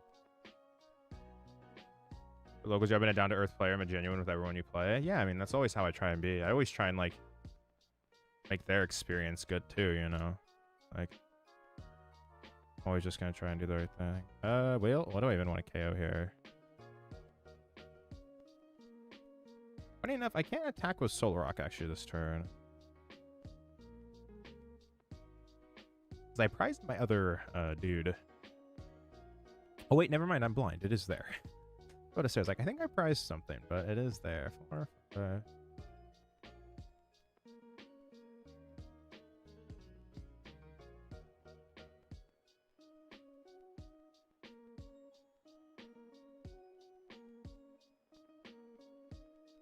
I'm going to attempt to draw the Turo so I can attack with Solrock, and that should checkmate the game.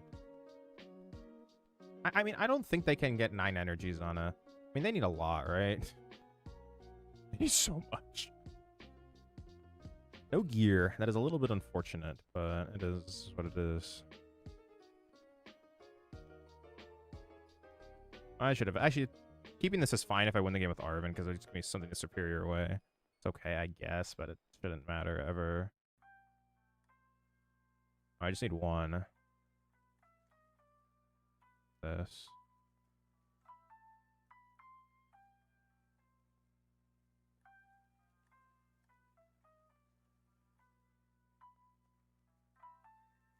It is Stuttgart, Toronto, whichever you choose. We can Mexico, Brazil. No, Sydney. It's Sydney, or there's a Chilean regional too. It's like, but it's so it's Sydney / Santiago, I think. Yeah. Hey, this deck was cool. Oh, was the next card.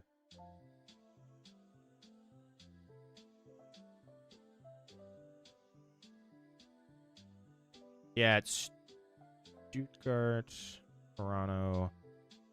It's Stuttgart, Toronto, Merida / Birmingham, Sydney / Santiago, I think, and then EUIC. Oh, I guess is there a Brazil regional? Then also the Brazilian regional, if there is one. Wait, no, Brazil would be, isn't it Santiago? I could be wrong. There's something in Latin America. Yeah.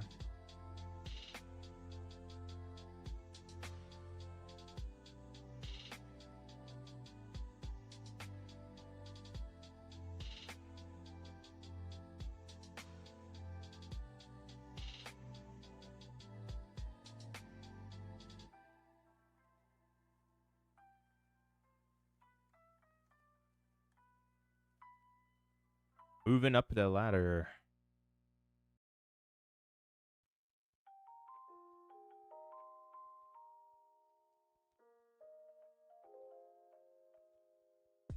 But yeah, this is a really short quarter. So if anyone is even trying to get stipend or even just guaranteed reg for NAIC, playing cups is important. So yeah, I'll show it after the game here.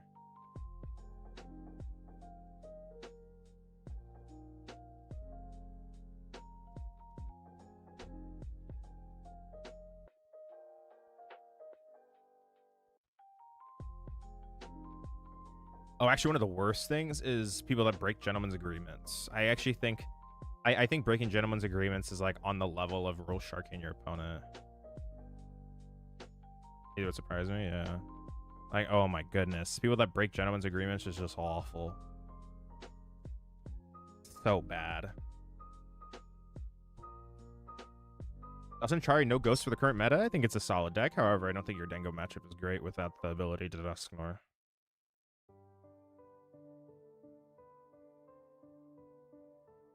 My opinion on it.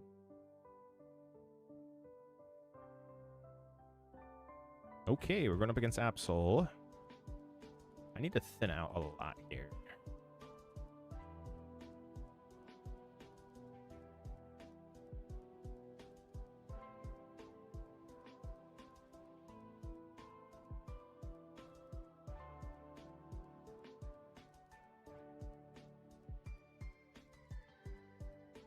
Something.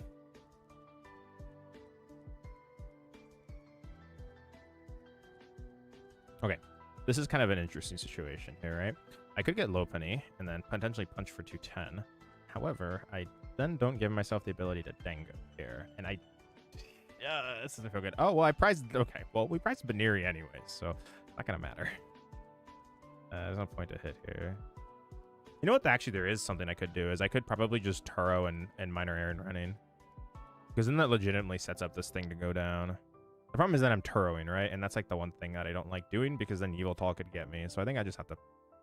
I think I have to attach and pass because I need a way to retreat this thing without burning that Turo. So I think we'll just do that. I don't want to hit for 70 here because they can Monkey Dory, so...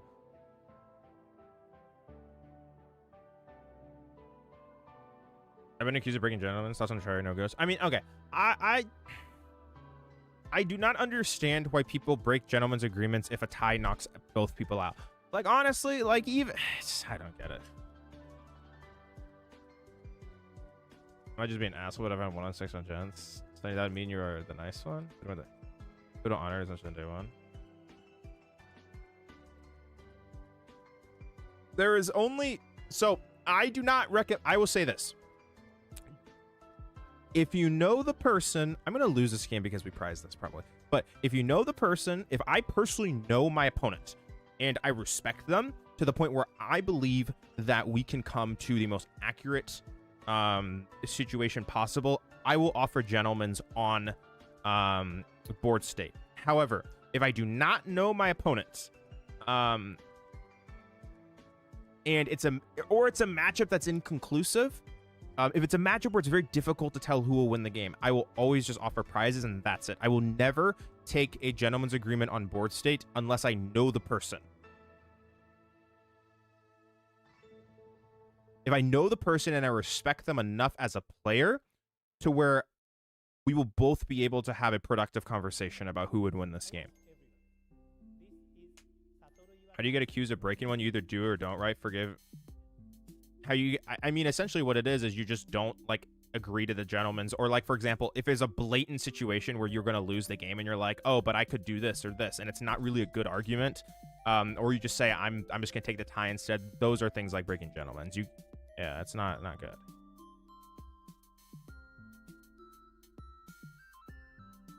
I just do not, like, I say this, just do not do board states with people you don't know. It's just a disaster waiting to happen. Yeah, exactly. Yeah, it is. It is. Yeah, no, totally see that.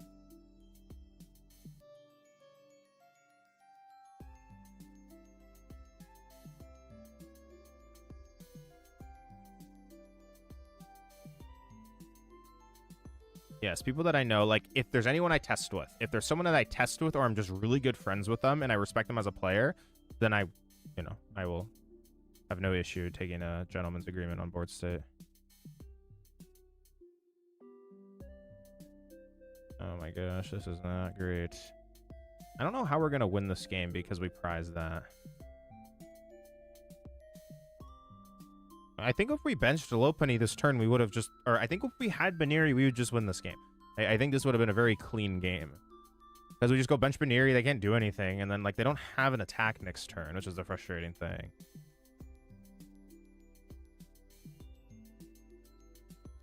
I hate losing these, but I just don't think I have a choice. I don't know. It's just like... If I ever get Lopunny on the board, I win the game. The other problem here is that this Lopunny's in my hand, so I can't TM Evo as well. So I need them to Iono me. The only, like, the issue with boards, or the issue with prize cards is that you run into the situation where you can create doomed strategies that will lead you ahead in prize cards at the end of the game. When I married it last year, I got offered a gentleman's by my opponent, then showed him game in hand. He backed down because he wanted to play another extra turn after I owned him to 2. After the brutal thing where lose getting 2-6 tie is 128 win to 64. I also don't get why people play for the tie for like the first draw of the game. For some reason, when it ended top 64 pit, my opponent was very adamant on tying. Very slow player, slipping me out of game 3 when... Yeah, I don't know.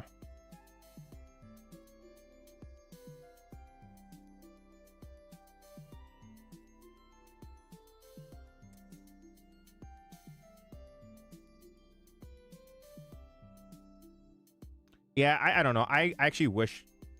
This might be a hot take, but I wish that prize cards didn't exist and there was just a dice that went from 6 to 0.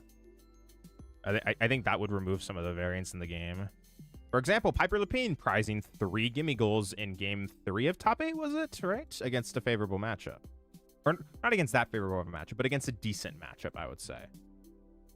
That was a ridiculous situation, right?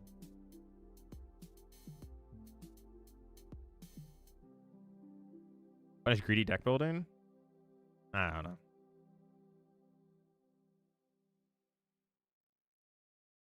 Some people would rather watch the world burn. I feel so bad for Piper for that. Those prizes are insane. Yeah, I think Piper was probably...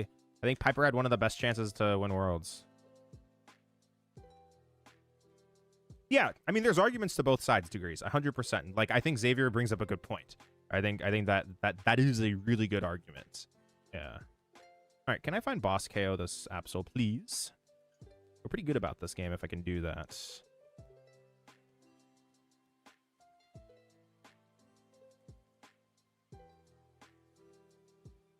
Very interesting. Yeah, there's arguments for both sides. I understand both of them. They're very interesting.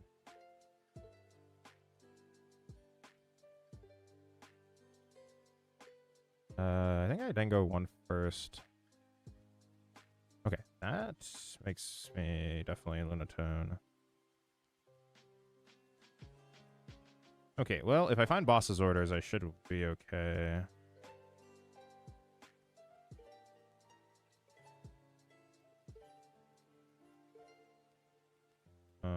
Well, yeah, this is fine.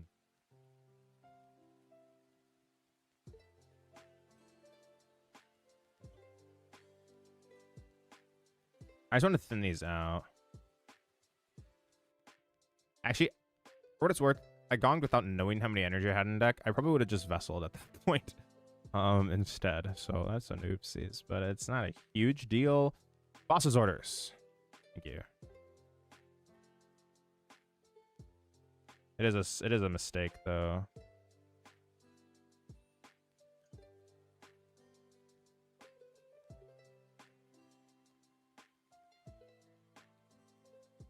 I don't really want to get rid of Turo. Ugh.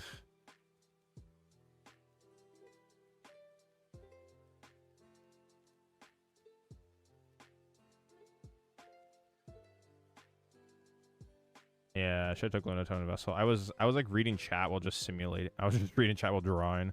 Definitely shouldn't have done that.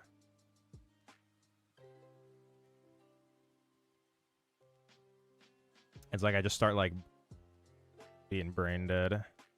and just start playing cards that seem fun. Should be fine. I just want to keep 2 Turo so they can never beat me with Evil Tall Lock.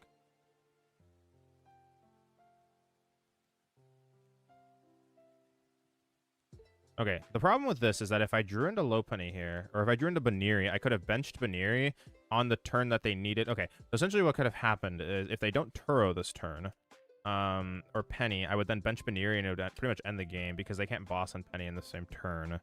However, I think that we're going to unfortunately lose this game because in our final 2 prize cards is Baneri. Yep. Yep, there it is. Yeah, in the last 2. Well, can I ever win? I don't play Cram. Nope, I can't. That is unfortunate.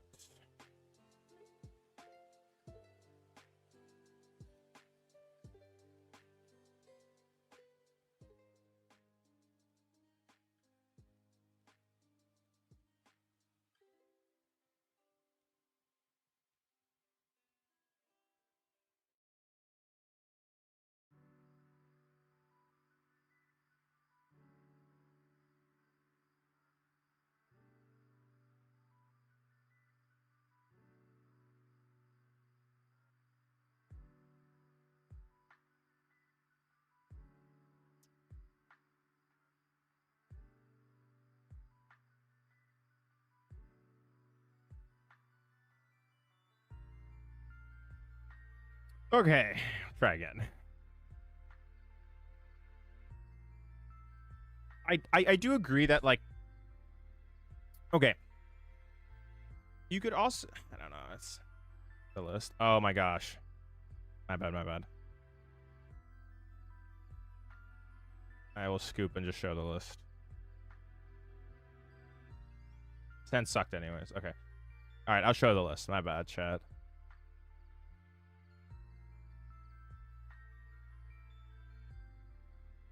This.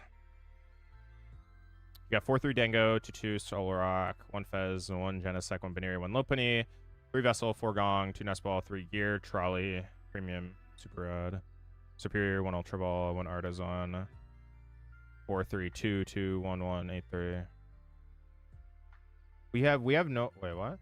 We thought our thought with a 135 cutoff would be for this year CP wise. I have no idea. It's probably going to be the same. You probably need like 700 points to feel good about it.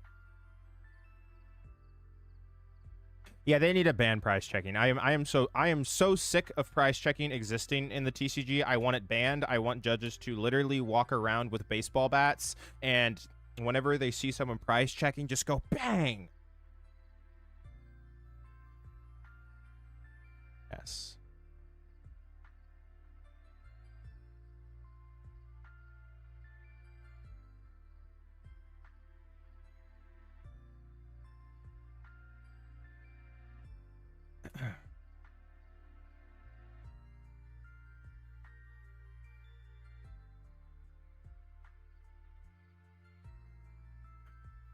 Dude, I mean, that'll stop him. You think we'll ever see Tord price checking again? If Bobby Clark's walking around with a baseball bat? I don't think so.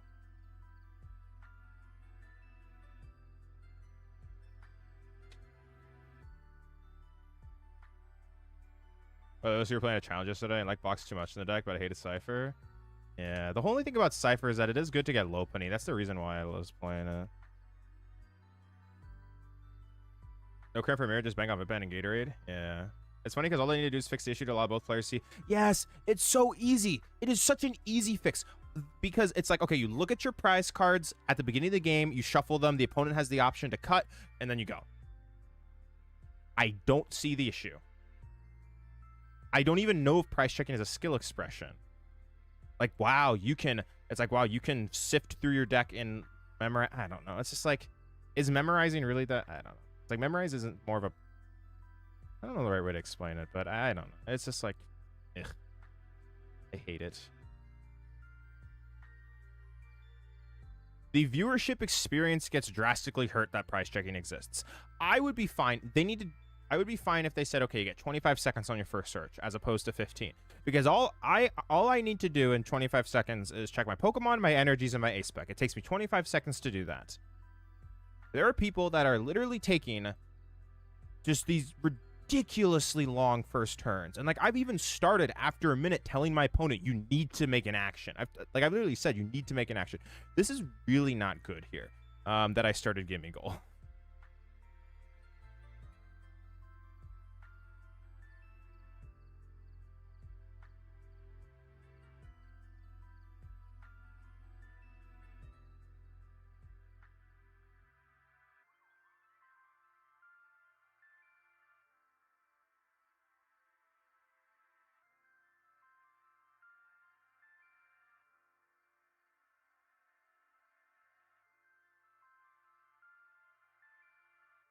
Oh, 6 what's oh my gosh, like it's like I've literally seen was it what I play Cram instead of Premium Power Pro because Power Pro gives you a lead early, which is more important.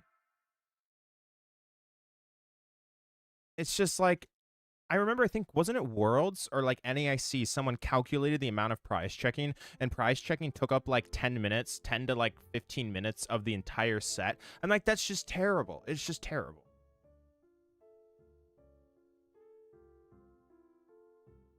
Takes like 20 seconds to check that. Yeah, it should only take 20 seconds. I completely agree. Yeah. The problem is that since they have refused to make a actual statement on price checking, they incentivize slow play by players who know how to manipulate the clock because they can sit there and they can just look at their deck for a minute and a half, 2 minutes, not actually trying to find anything. What are they doing?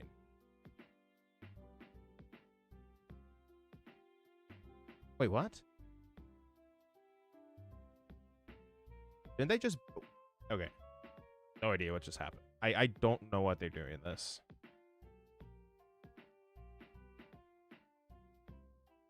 Okay.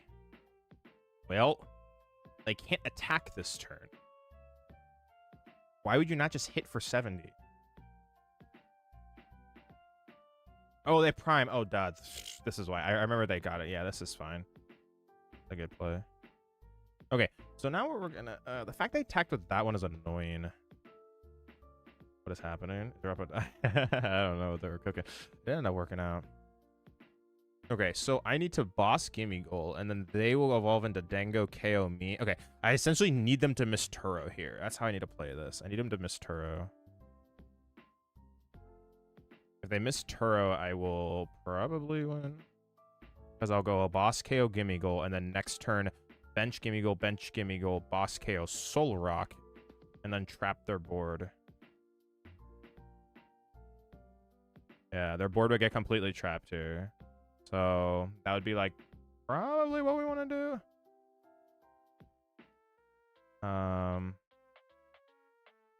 Yeah.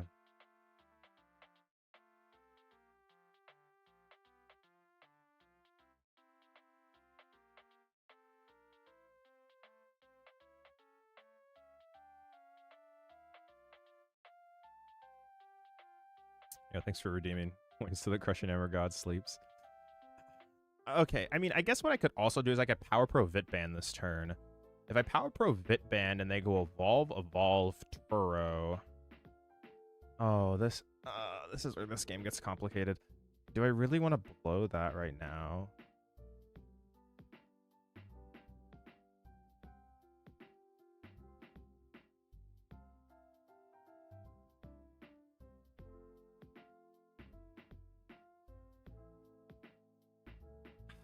This is, I don't know. I think this is fine.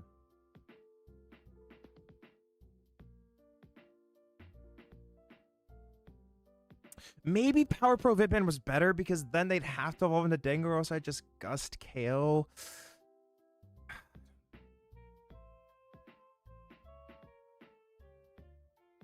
I don't know. It's like...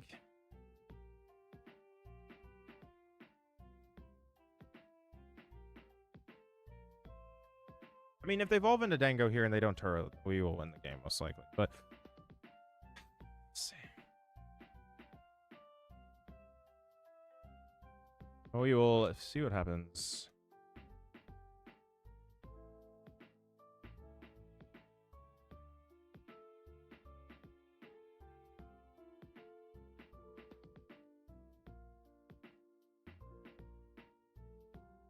Yes. A mirror match between two good players is a very interesting game.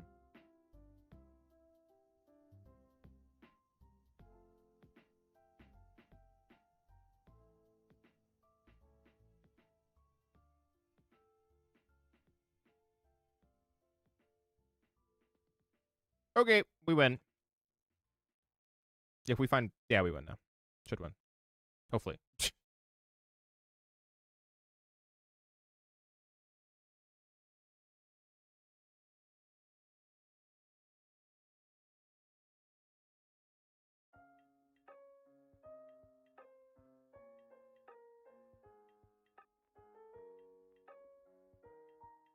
Okay, well, now what I do is I...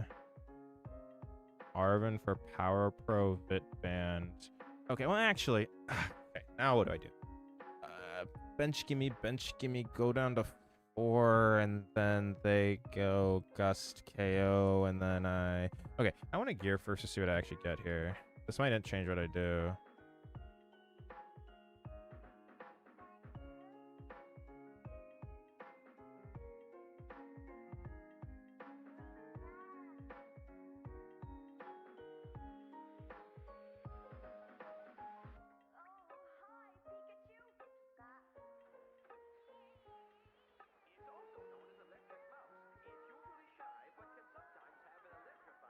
And then I just Vitband Power Pro and nuke him next turn.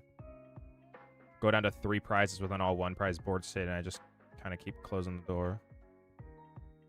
I mean, it's not great. Yeah.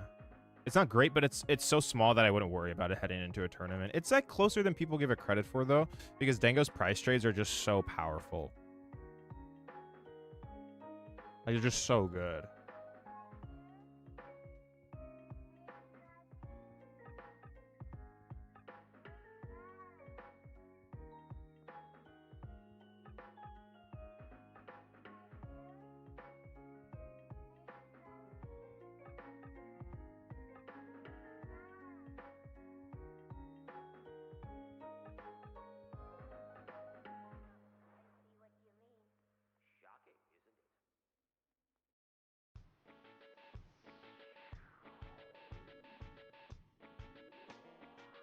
Things are looking up here. I feel okay.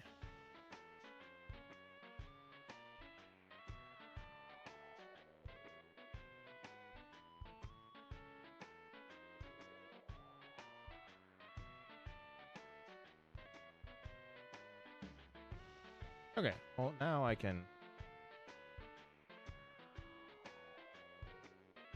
That is true. Yeah, Lopunny's really good in that matchup. You have a point, yeah. I think that's a good show.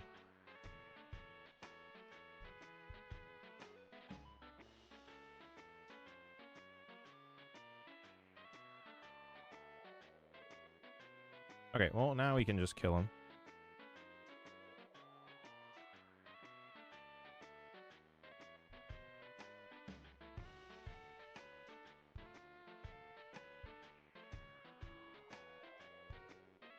Nobody's messed up card. It's a pretty cool card.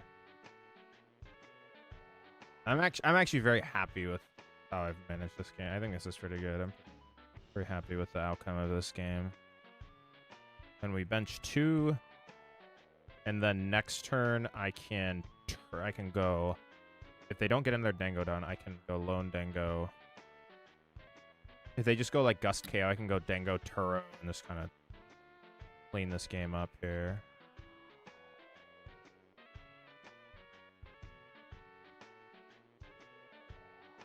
Or I'll evolve into double Dango and force them to do something. Actually, what I can do is if they KO the active, I will Turo my Lunatone and then go Dango and checkmate the game. Because then they have to hit into Dango with an EX, and I always win from that board state. All right, see you degrees. Good seeing you. Appreciate you.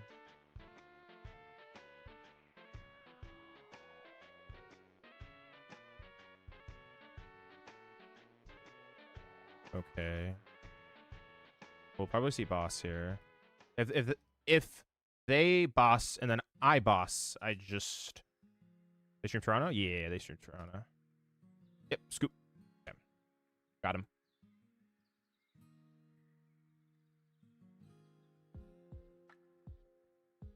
Yeah, Toronto will be streamed. I don't know the casters.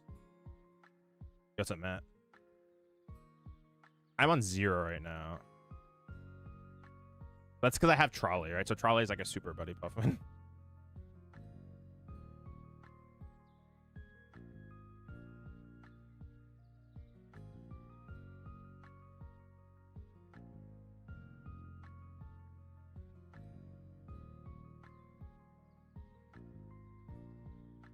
Super duper Puffin.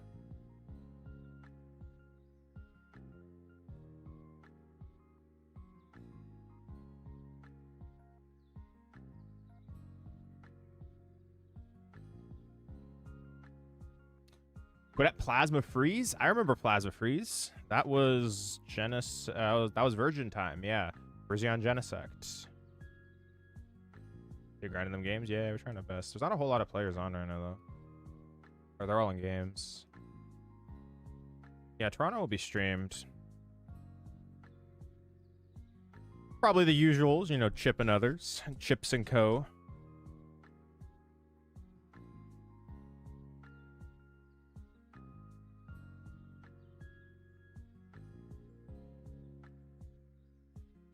Oh, I'm deciding to get like between a couple decks. I'm just testing this deck out to see how good it is. I've been pleasantly surprised. I like actually have been like, this deck's actually kind of cool. See the vision.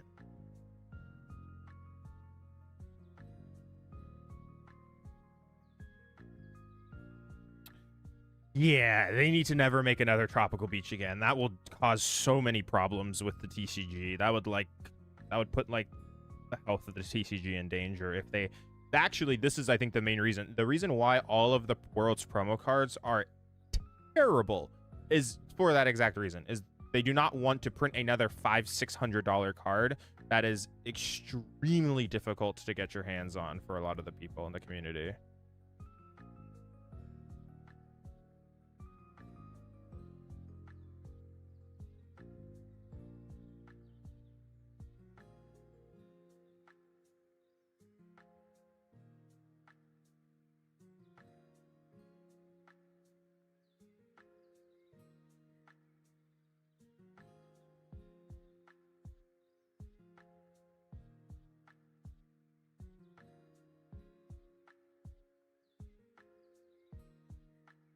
Gotcha, yeah.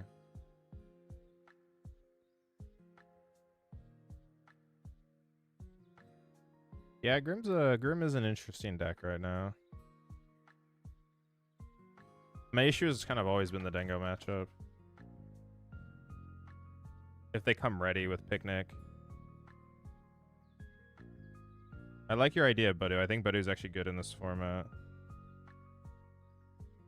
It's really good against Zard.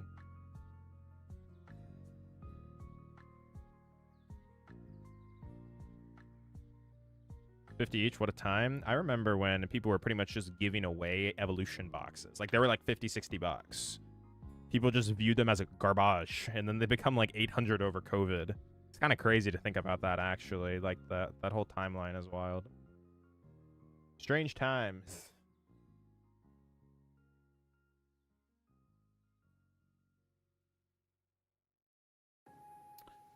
Well, the one benefit here is that I drew an artisan, so I can get this gimme goal out of here. I can bail from the start. If they find Bitband Power Pro, I lose the game, but it is what it is. Can't really do anything about that, fortunately. I don't think I even attach here, because if they KO this, I'll go draw, gear, trolley, I need to attach return. Ah, yeah, there's no point to attach.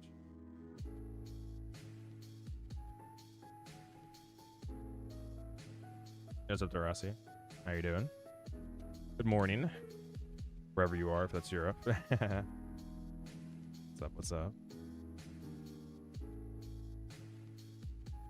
I get 4 Monkey to play Duck, but playing Duck next weekend seems so correct. That's solid.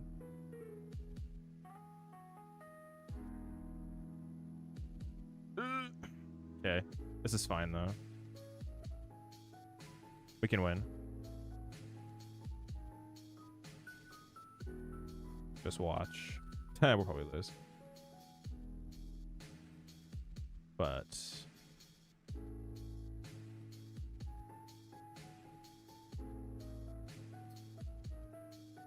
okay, let's see what we got. That is a good top deck.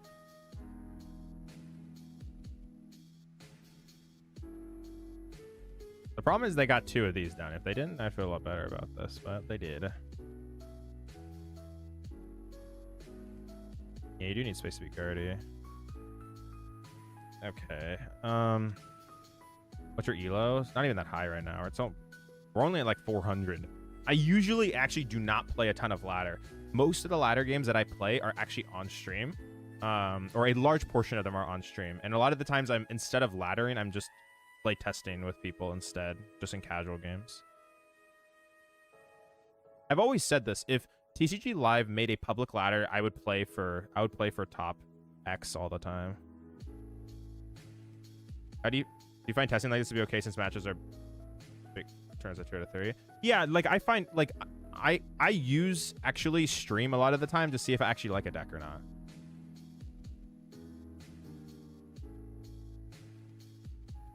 And then I'll go from there.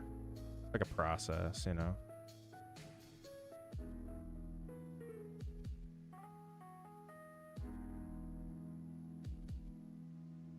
Okay,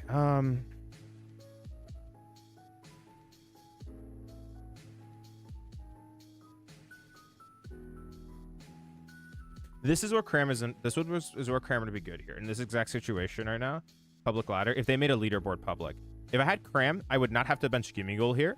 I would bench Cramorant and Solrock. They would then go Goldengo, KO, and then I'd go promote Cram, bench a bunch of 1-prizers, and then Gust, KO, Cram, fix the prize trade. Without Cram, I can't do this reasonably,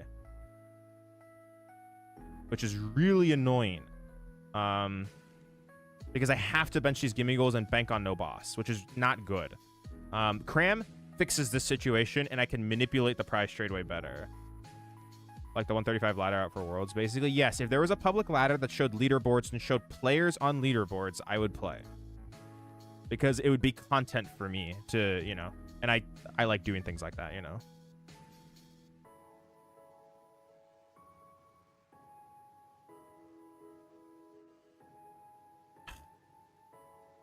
Really annoying.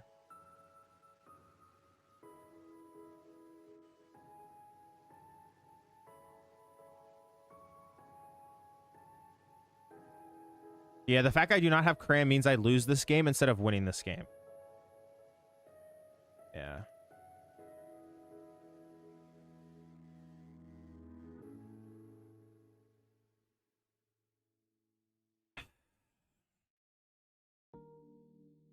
Yeah, that's annoying.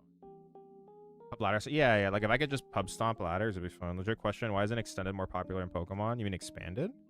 Expanded was really popular pre-COVID. I mean, like there were regionals that were the same size as standard regionals. It's just because I think during COVID they just kind of neglected the format, and then once COVID happened, they just realized that it would essentially the cards got too old. I think the cards got too old, and they were like, we're not gonna make players find cards that are 15 years old to play, you know, their format.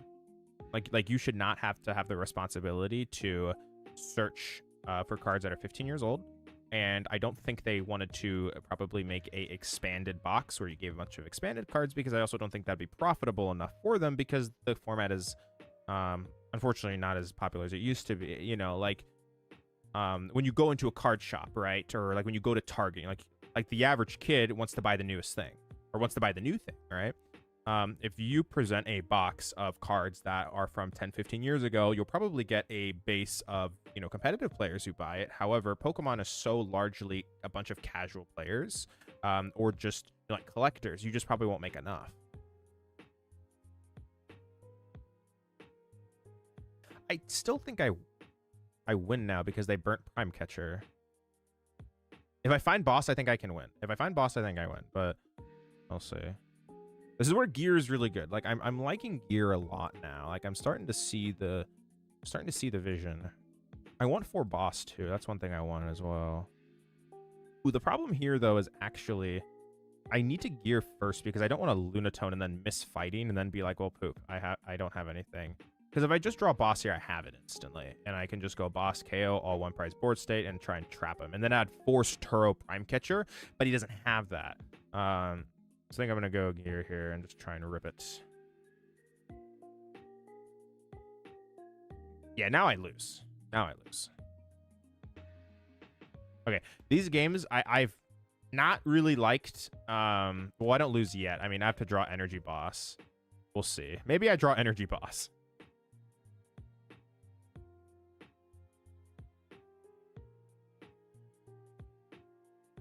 But now I'm at the mercy of boss KO. Yeah, I think I'm going to put 4 boss in here. I'm running into some kind of annoying situations. Why are you running heavy gear line? Consistency.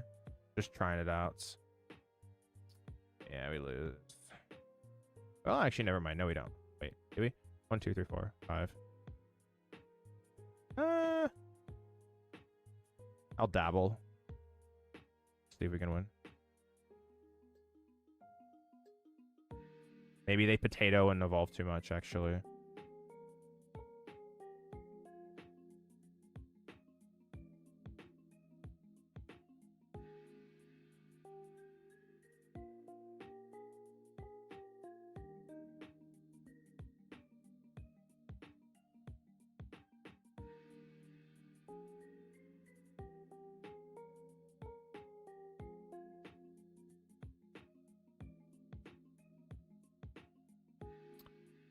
I shouldn't have put this on the board. Maybe I shouldn't have gone for it. Maybe I should have just completely bailed. Because now I can't Turo boss, and that's an issue. Oh, wait. They... Okay. Well, if they choose to attack with Solar... If they go boss Solar Rock... No, that would make no sense.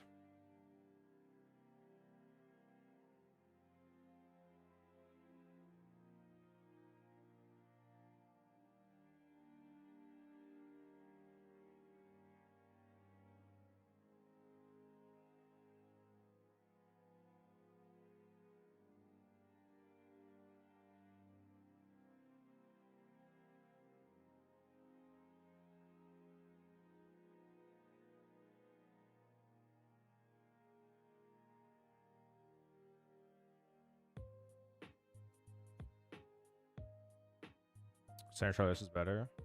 I don't know. Still trying to figure that out. I kind of like this build, though. I'm kind of feeling it.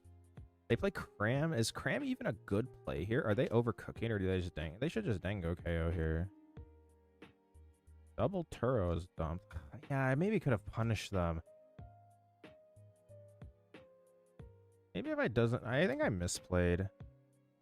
I don't think I should have evolved that Dango, because if I didn't evolve that Dango, I could go boss KO down to 2, and it's an all 1 prize board state. I'm so used to playing this deck, actually, funny enough, with Prime Catcher. And now that I don't have it, I can't do Prime Catcher Turo plays like I used to, so that was a little more iffy.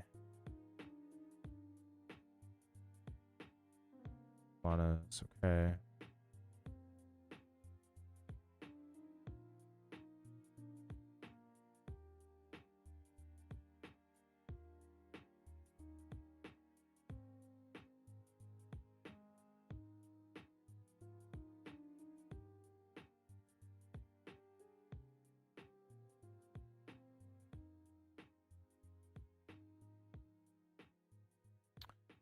Okay.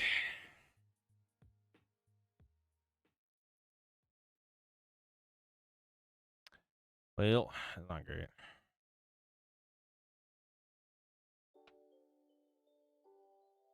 There's nothing even in. Oh, there is. Okay.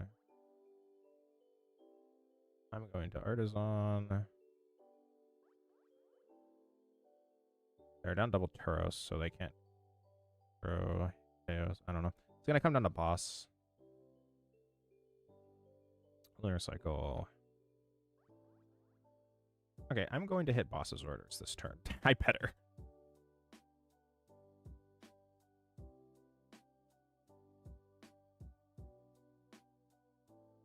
Yeah, there are 2 boss's orders in there. Let's see. I mean, I missed at one point with this many cards one of my 2 Turo earlier in the game. Okay.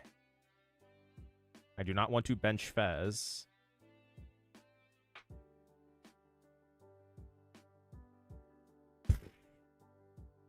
Okay. Whatever. Oh, there they are. Okay, fantastic. Oh, gosh. That's kind of unfortunate.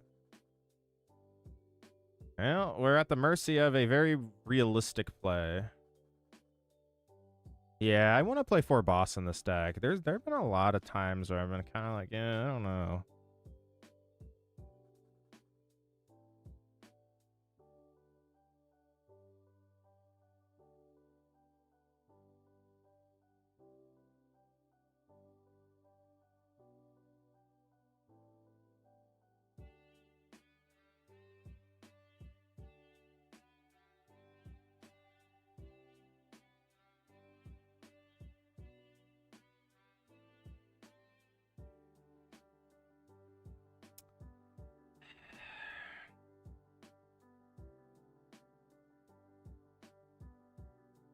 If they did not have another energy, I will be quite sad because it meant that we could have won if we didn't have to put that down. But it is what it is.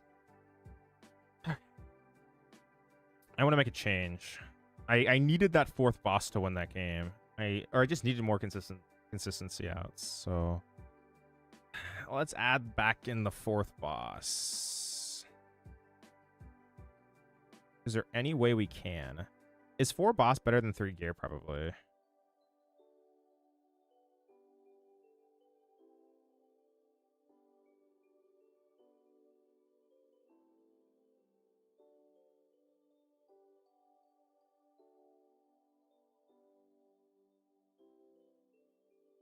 Get over 3 gimme go lever, chat.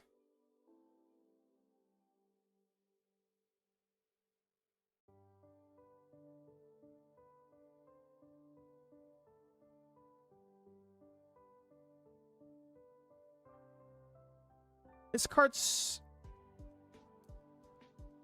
I hate. I don't even know if I want him in the deck. I like never use this card. Like whenever I like never Ultra Ball for Lopunny. Like, I always just TM Evo for Lopunny. I don't know.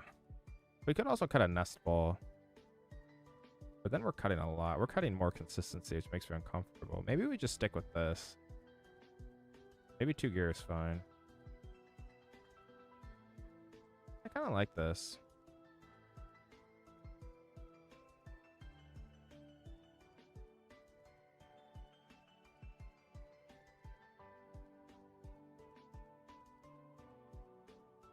Try this.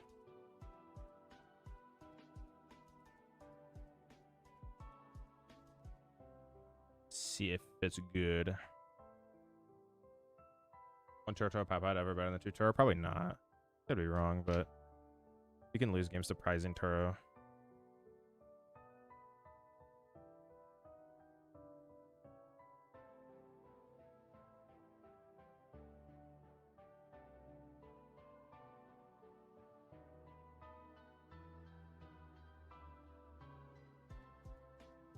I've been here to get sniped. That's unfortunate. The problem is that like we're cutting. I don't know. I kind of feel uncomfortable cutting even more because we're already only playing 1 artisan, right? So.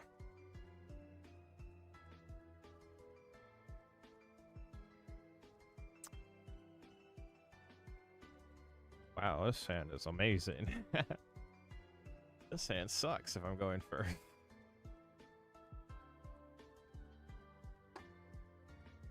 I am going first.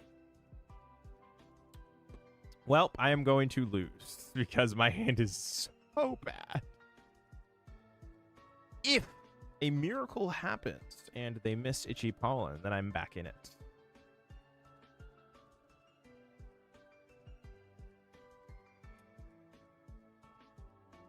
Play Prime, you can play 3 boss with Papa. Yeah, but I don't like Prime. Oh, wait, they don't have it? Yes.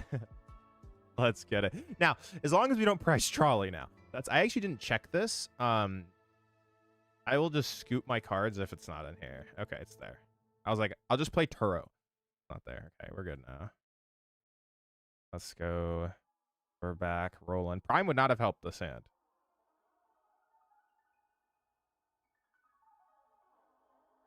Full squad out.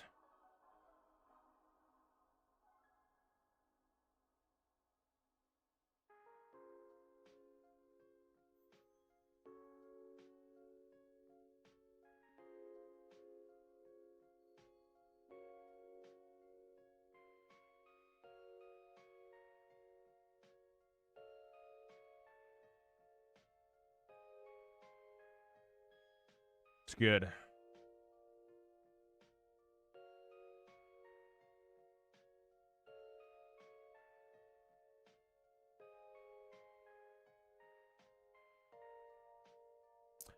All right, we got there. Let's go.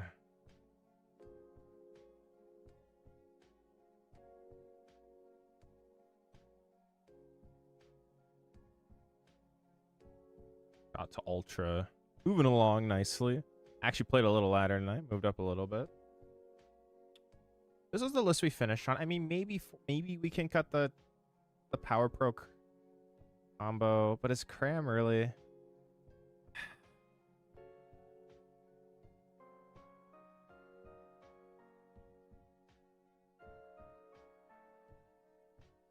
I need to think. This list has a couple like interchangeable cards, but like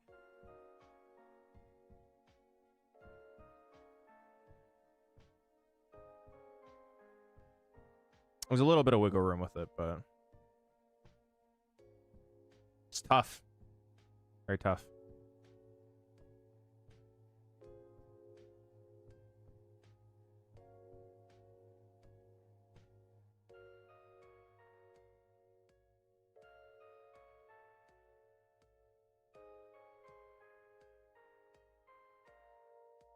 Not sure what to do with this list.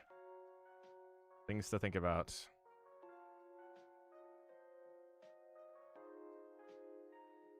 Maybe TM Evo gets cut. Like Cram, go all in on Mirror. It'd be good.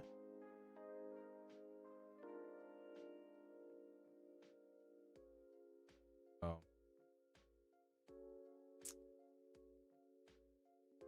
The only problem is like with cutting Ultra is that you lose just general consistency. So like if I was cutting Ultra, I'd probably be cutting Ultra for like a second Artisan at that point. So at that point, it's just like I'd rather keep the Ultra for the scenarios where we can get low penny. So I just don't really want to touch the consistency like the deck even more. What's your reasoning for Trolley? As somebody who doesn't play Dango much, I'm more afraid of Prime than Box. Trolley is better in Mirror most of the time. Because you're just more consistent early game finding turn on attack. Trolley is just in my opinion with this, Trolley or Seeker Box in my opinion are just the best ace specs for this deck at the moment. Just based off where the meta is at. Because I feel like Dango 50-50s or better is everything. Its worst matchup maybe being 45-55. So I felt like if I just set up, I should be okay. But yeah. Anyways, gonna record a couple of videos tonight. Gonna get that done. We'll have videos uploaded. I'm gonna head out to the East Coast tomorrow. We'll be in Toronto on Thursday. I don't know if there's any big cups or things going on because they have ran stuff like the day before, like 2 days before Toronto before. Anyways, thanks for all the support as always. I appreciate it. Thanks for the subs. Thanks for the follows. Everything like that. We'll have some videos up. I mean, out next couple days. Yeah, we'll be updating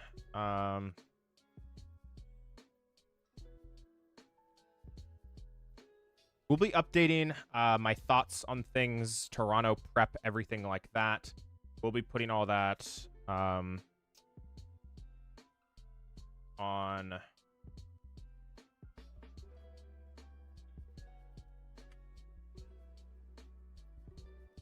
we'll be putting that in the Smart Cafe. I'll have you know, like updated, you know, like deck lists and stuff like that. You know, as I prepare for Toronto, I'll probably do a big deck list dump as well of the list that I would be playing if I were playing X decks, and you know, kind of what I'm considering playing and stuff. I've already been posting what I plan to play. But you know, this was good testing, and yeah, thanks for being a part of it, everyone. That's gonna do it for me today. I appreciate it. Hope everyone has a great evening. I'll speak with you guys again soon. Peace out.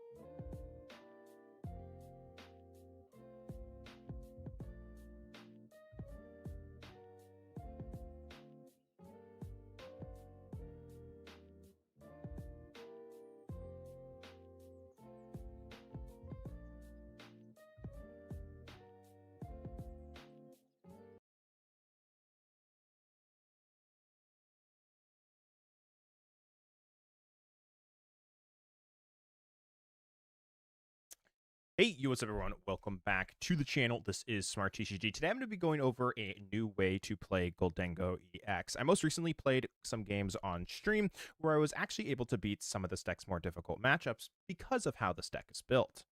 Hey.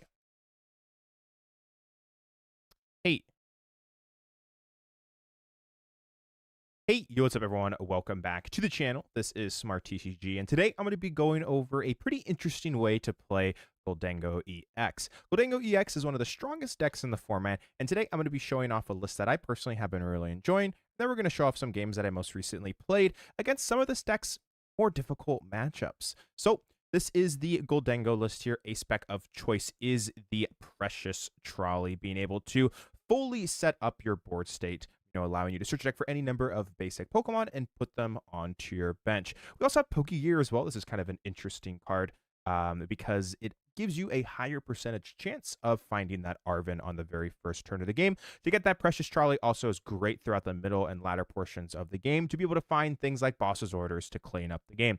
You also have the 1/1 opening line as well. I personally am a big fan of this card with that Gale Thrust. If this Pokemon moved from your bench to the active spot during this turn, this attack does 170 more damage. Dealing 230 damage for 1 energy is really good. This card most notably deals with cards like the Cornerstone, also great against those decks that have Toedscruel, having that second attack Spiky Hopper, also not being affected by any effects on your opponent's Pokemon. That also gets through things like the Crustle, so you're able to hit through Crustle as well. So this card really covers the deck's biggest weaknesses. Also great against Frillish as well, because you got 1 energy to take a knockout on Frillish. That's really efficient, because an issue with the Jellicent matchup was you'd oftentimes would run out of energy. So yeah, this list, in my opinion, has a lot of potential, and I personally have been really enjoying it, and you can beat some of the more difficult matchups if you build it like this. Also, I wanted to shout out Simone Tradier for getting top 4 at the most recent Latin American International Championships and posting a very similar list to this on social media. So with that being said, let's hop into it.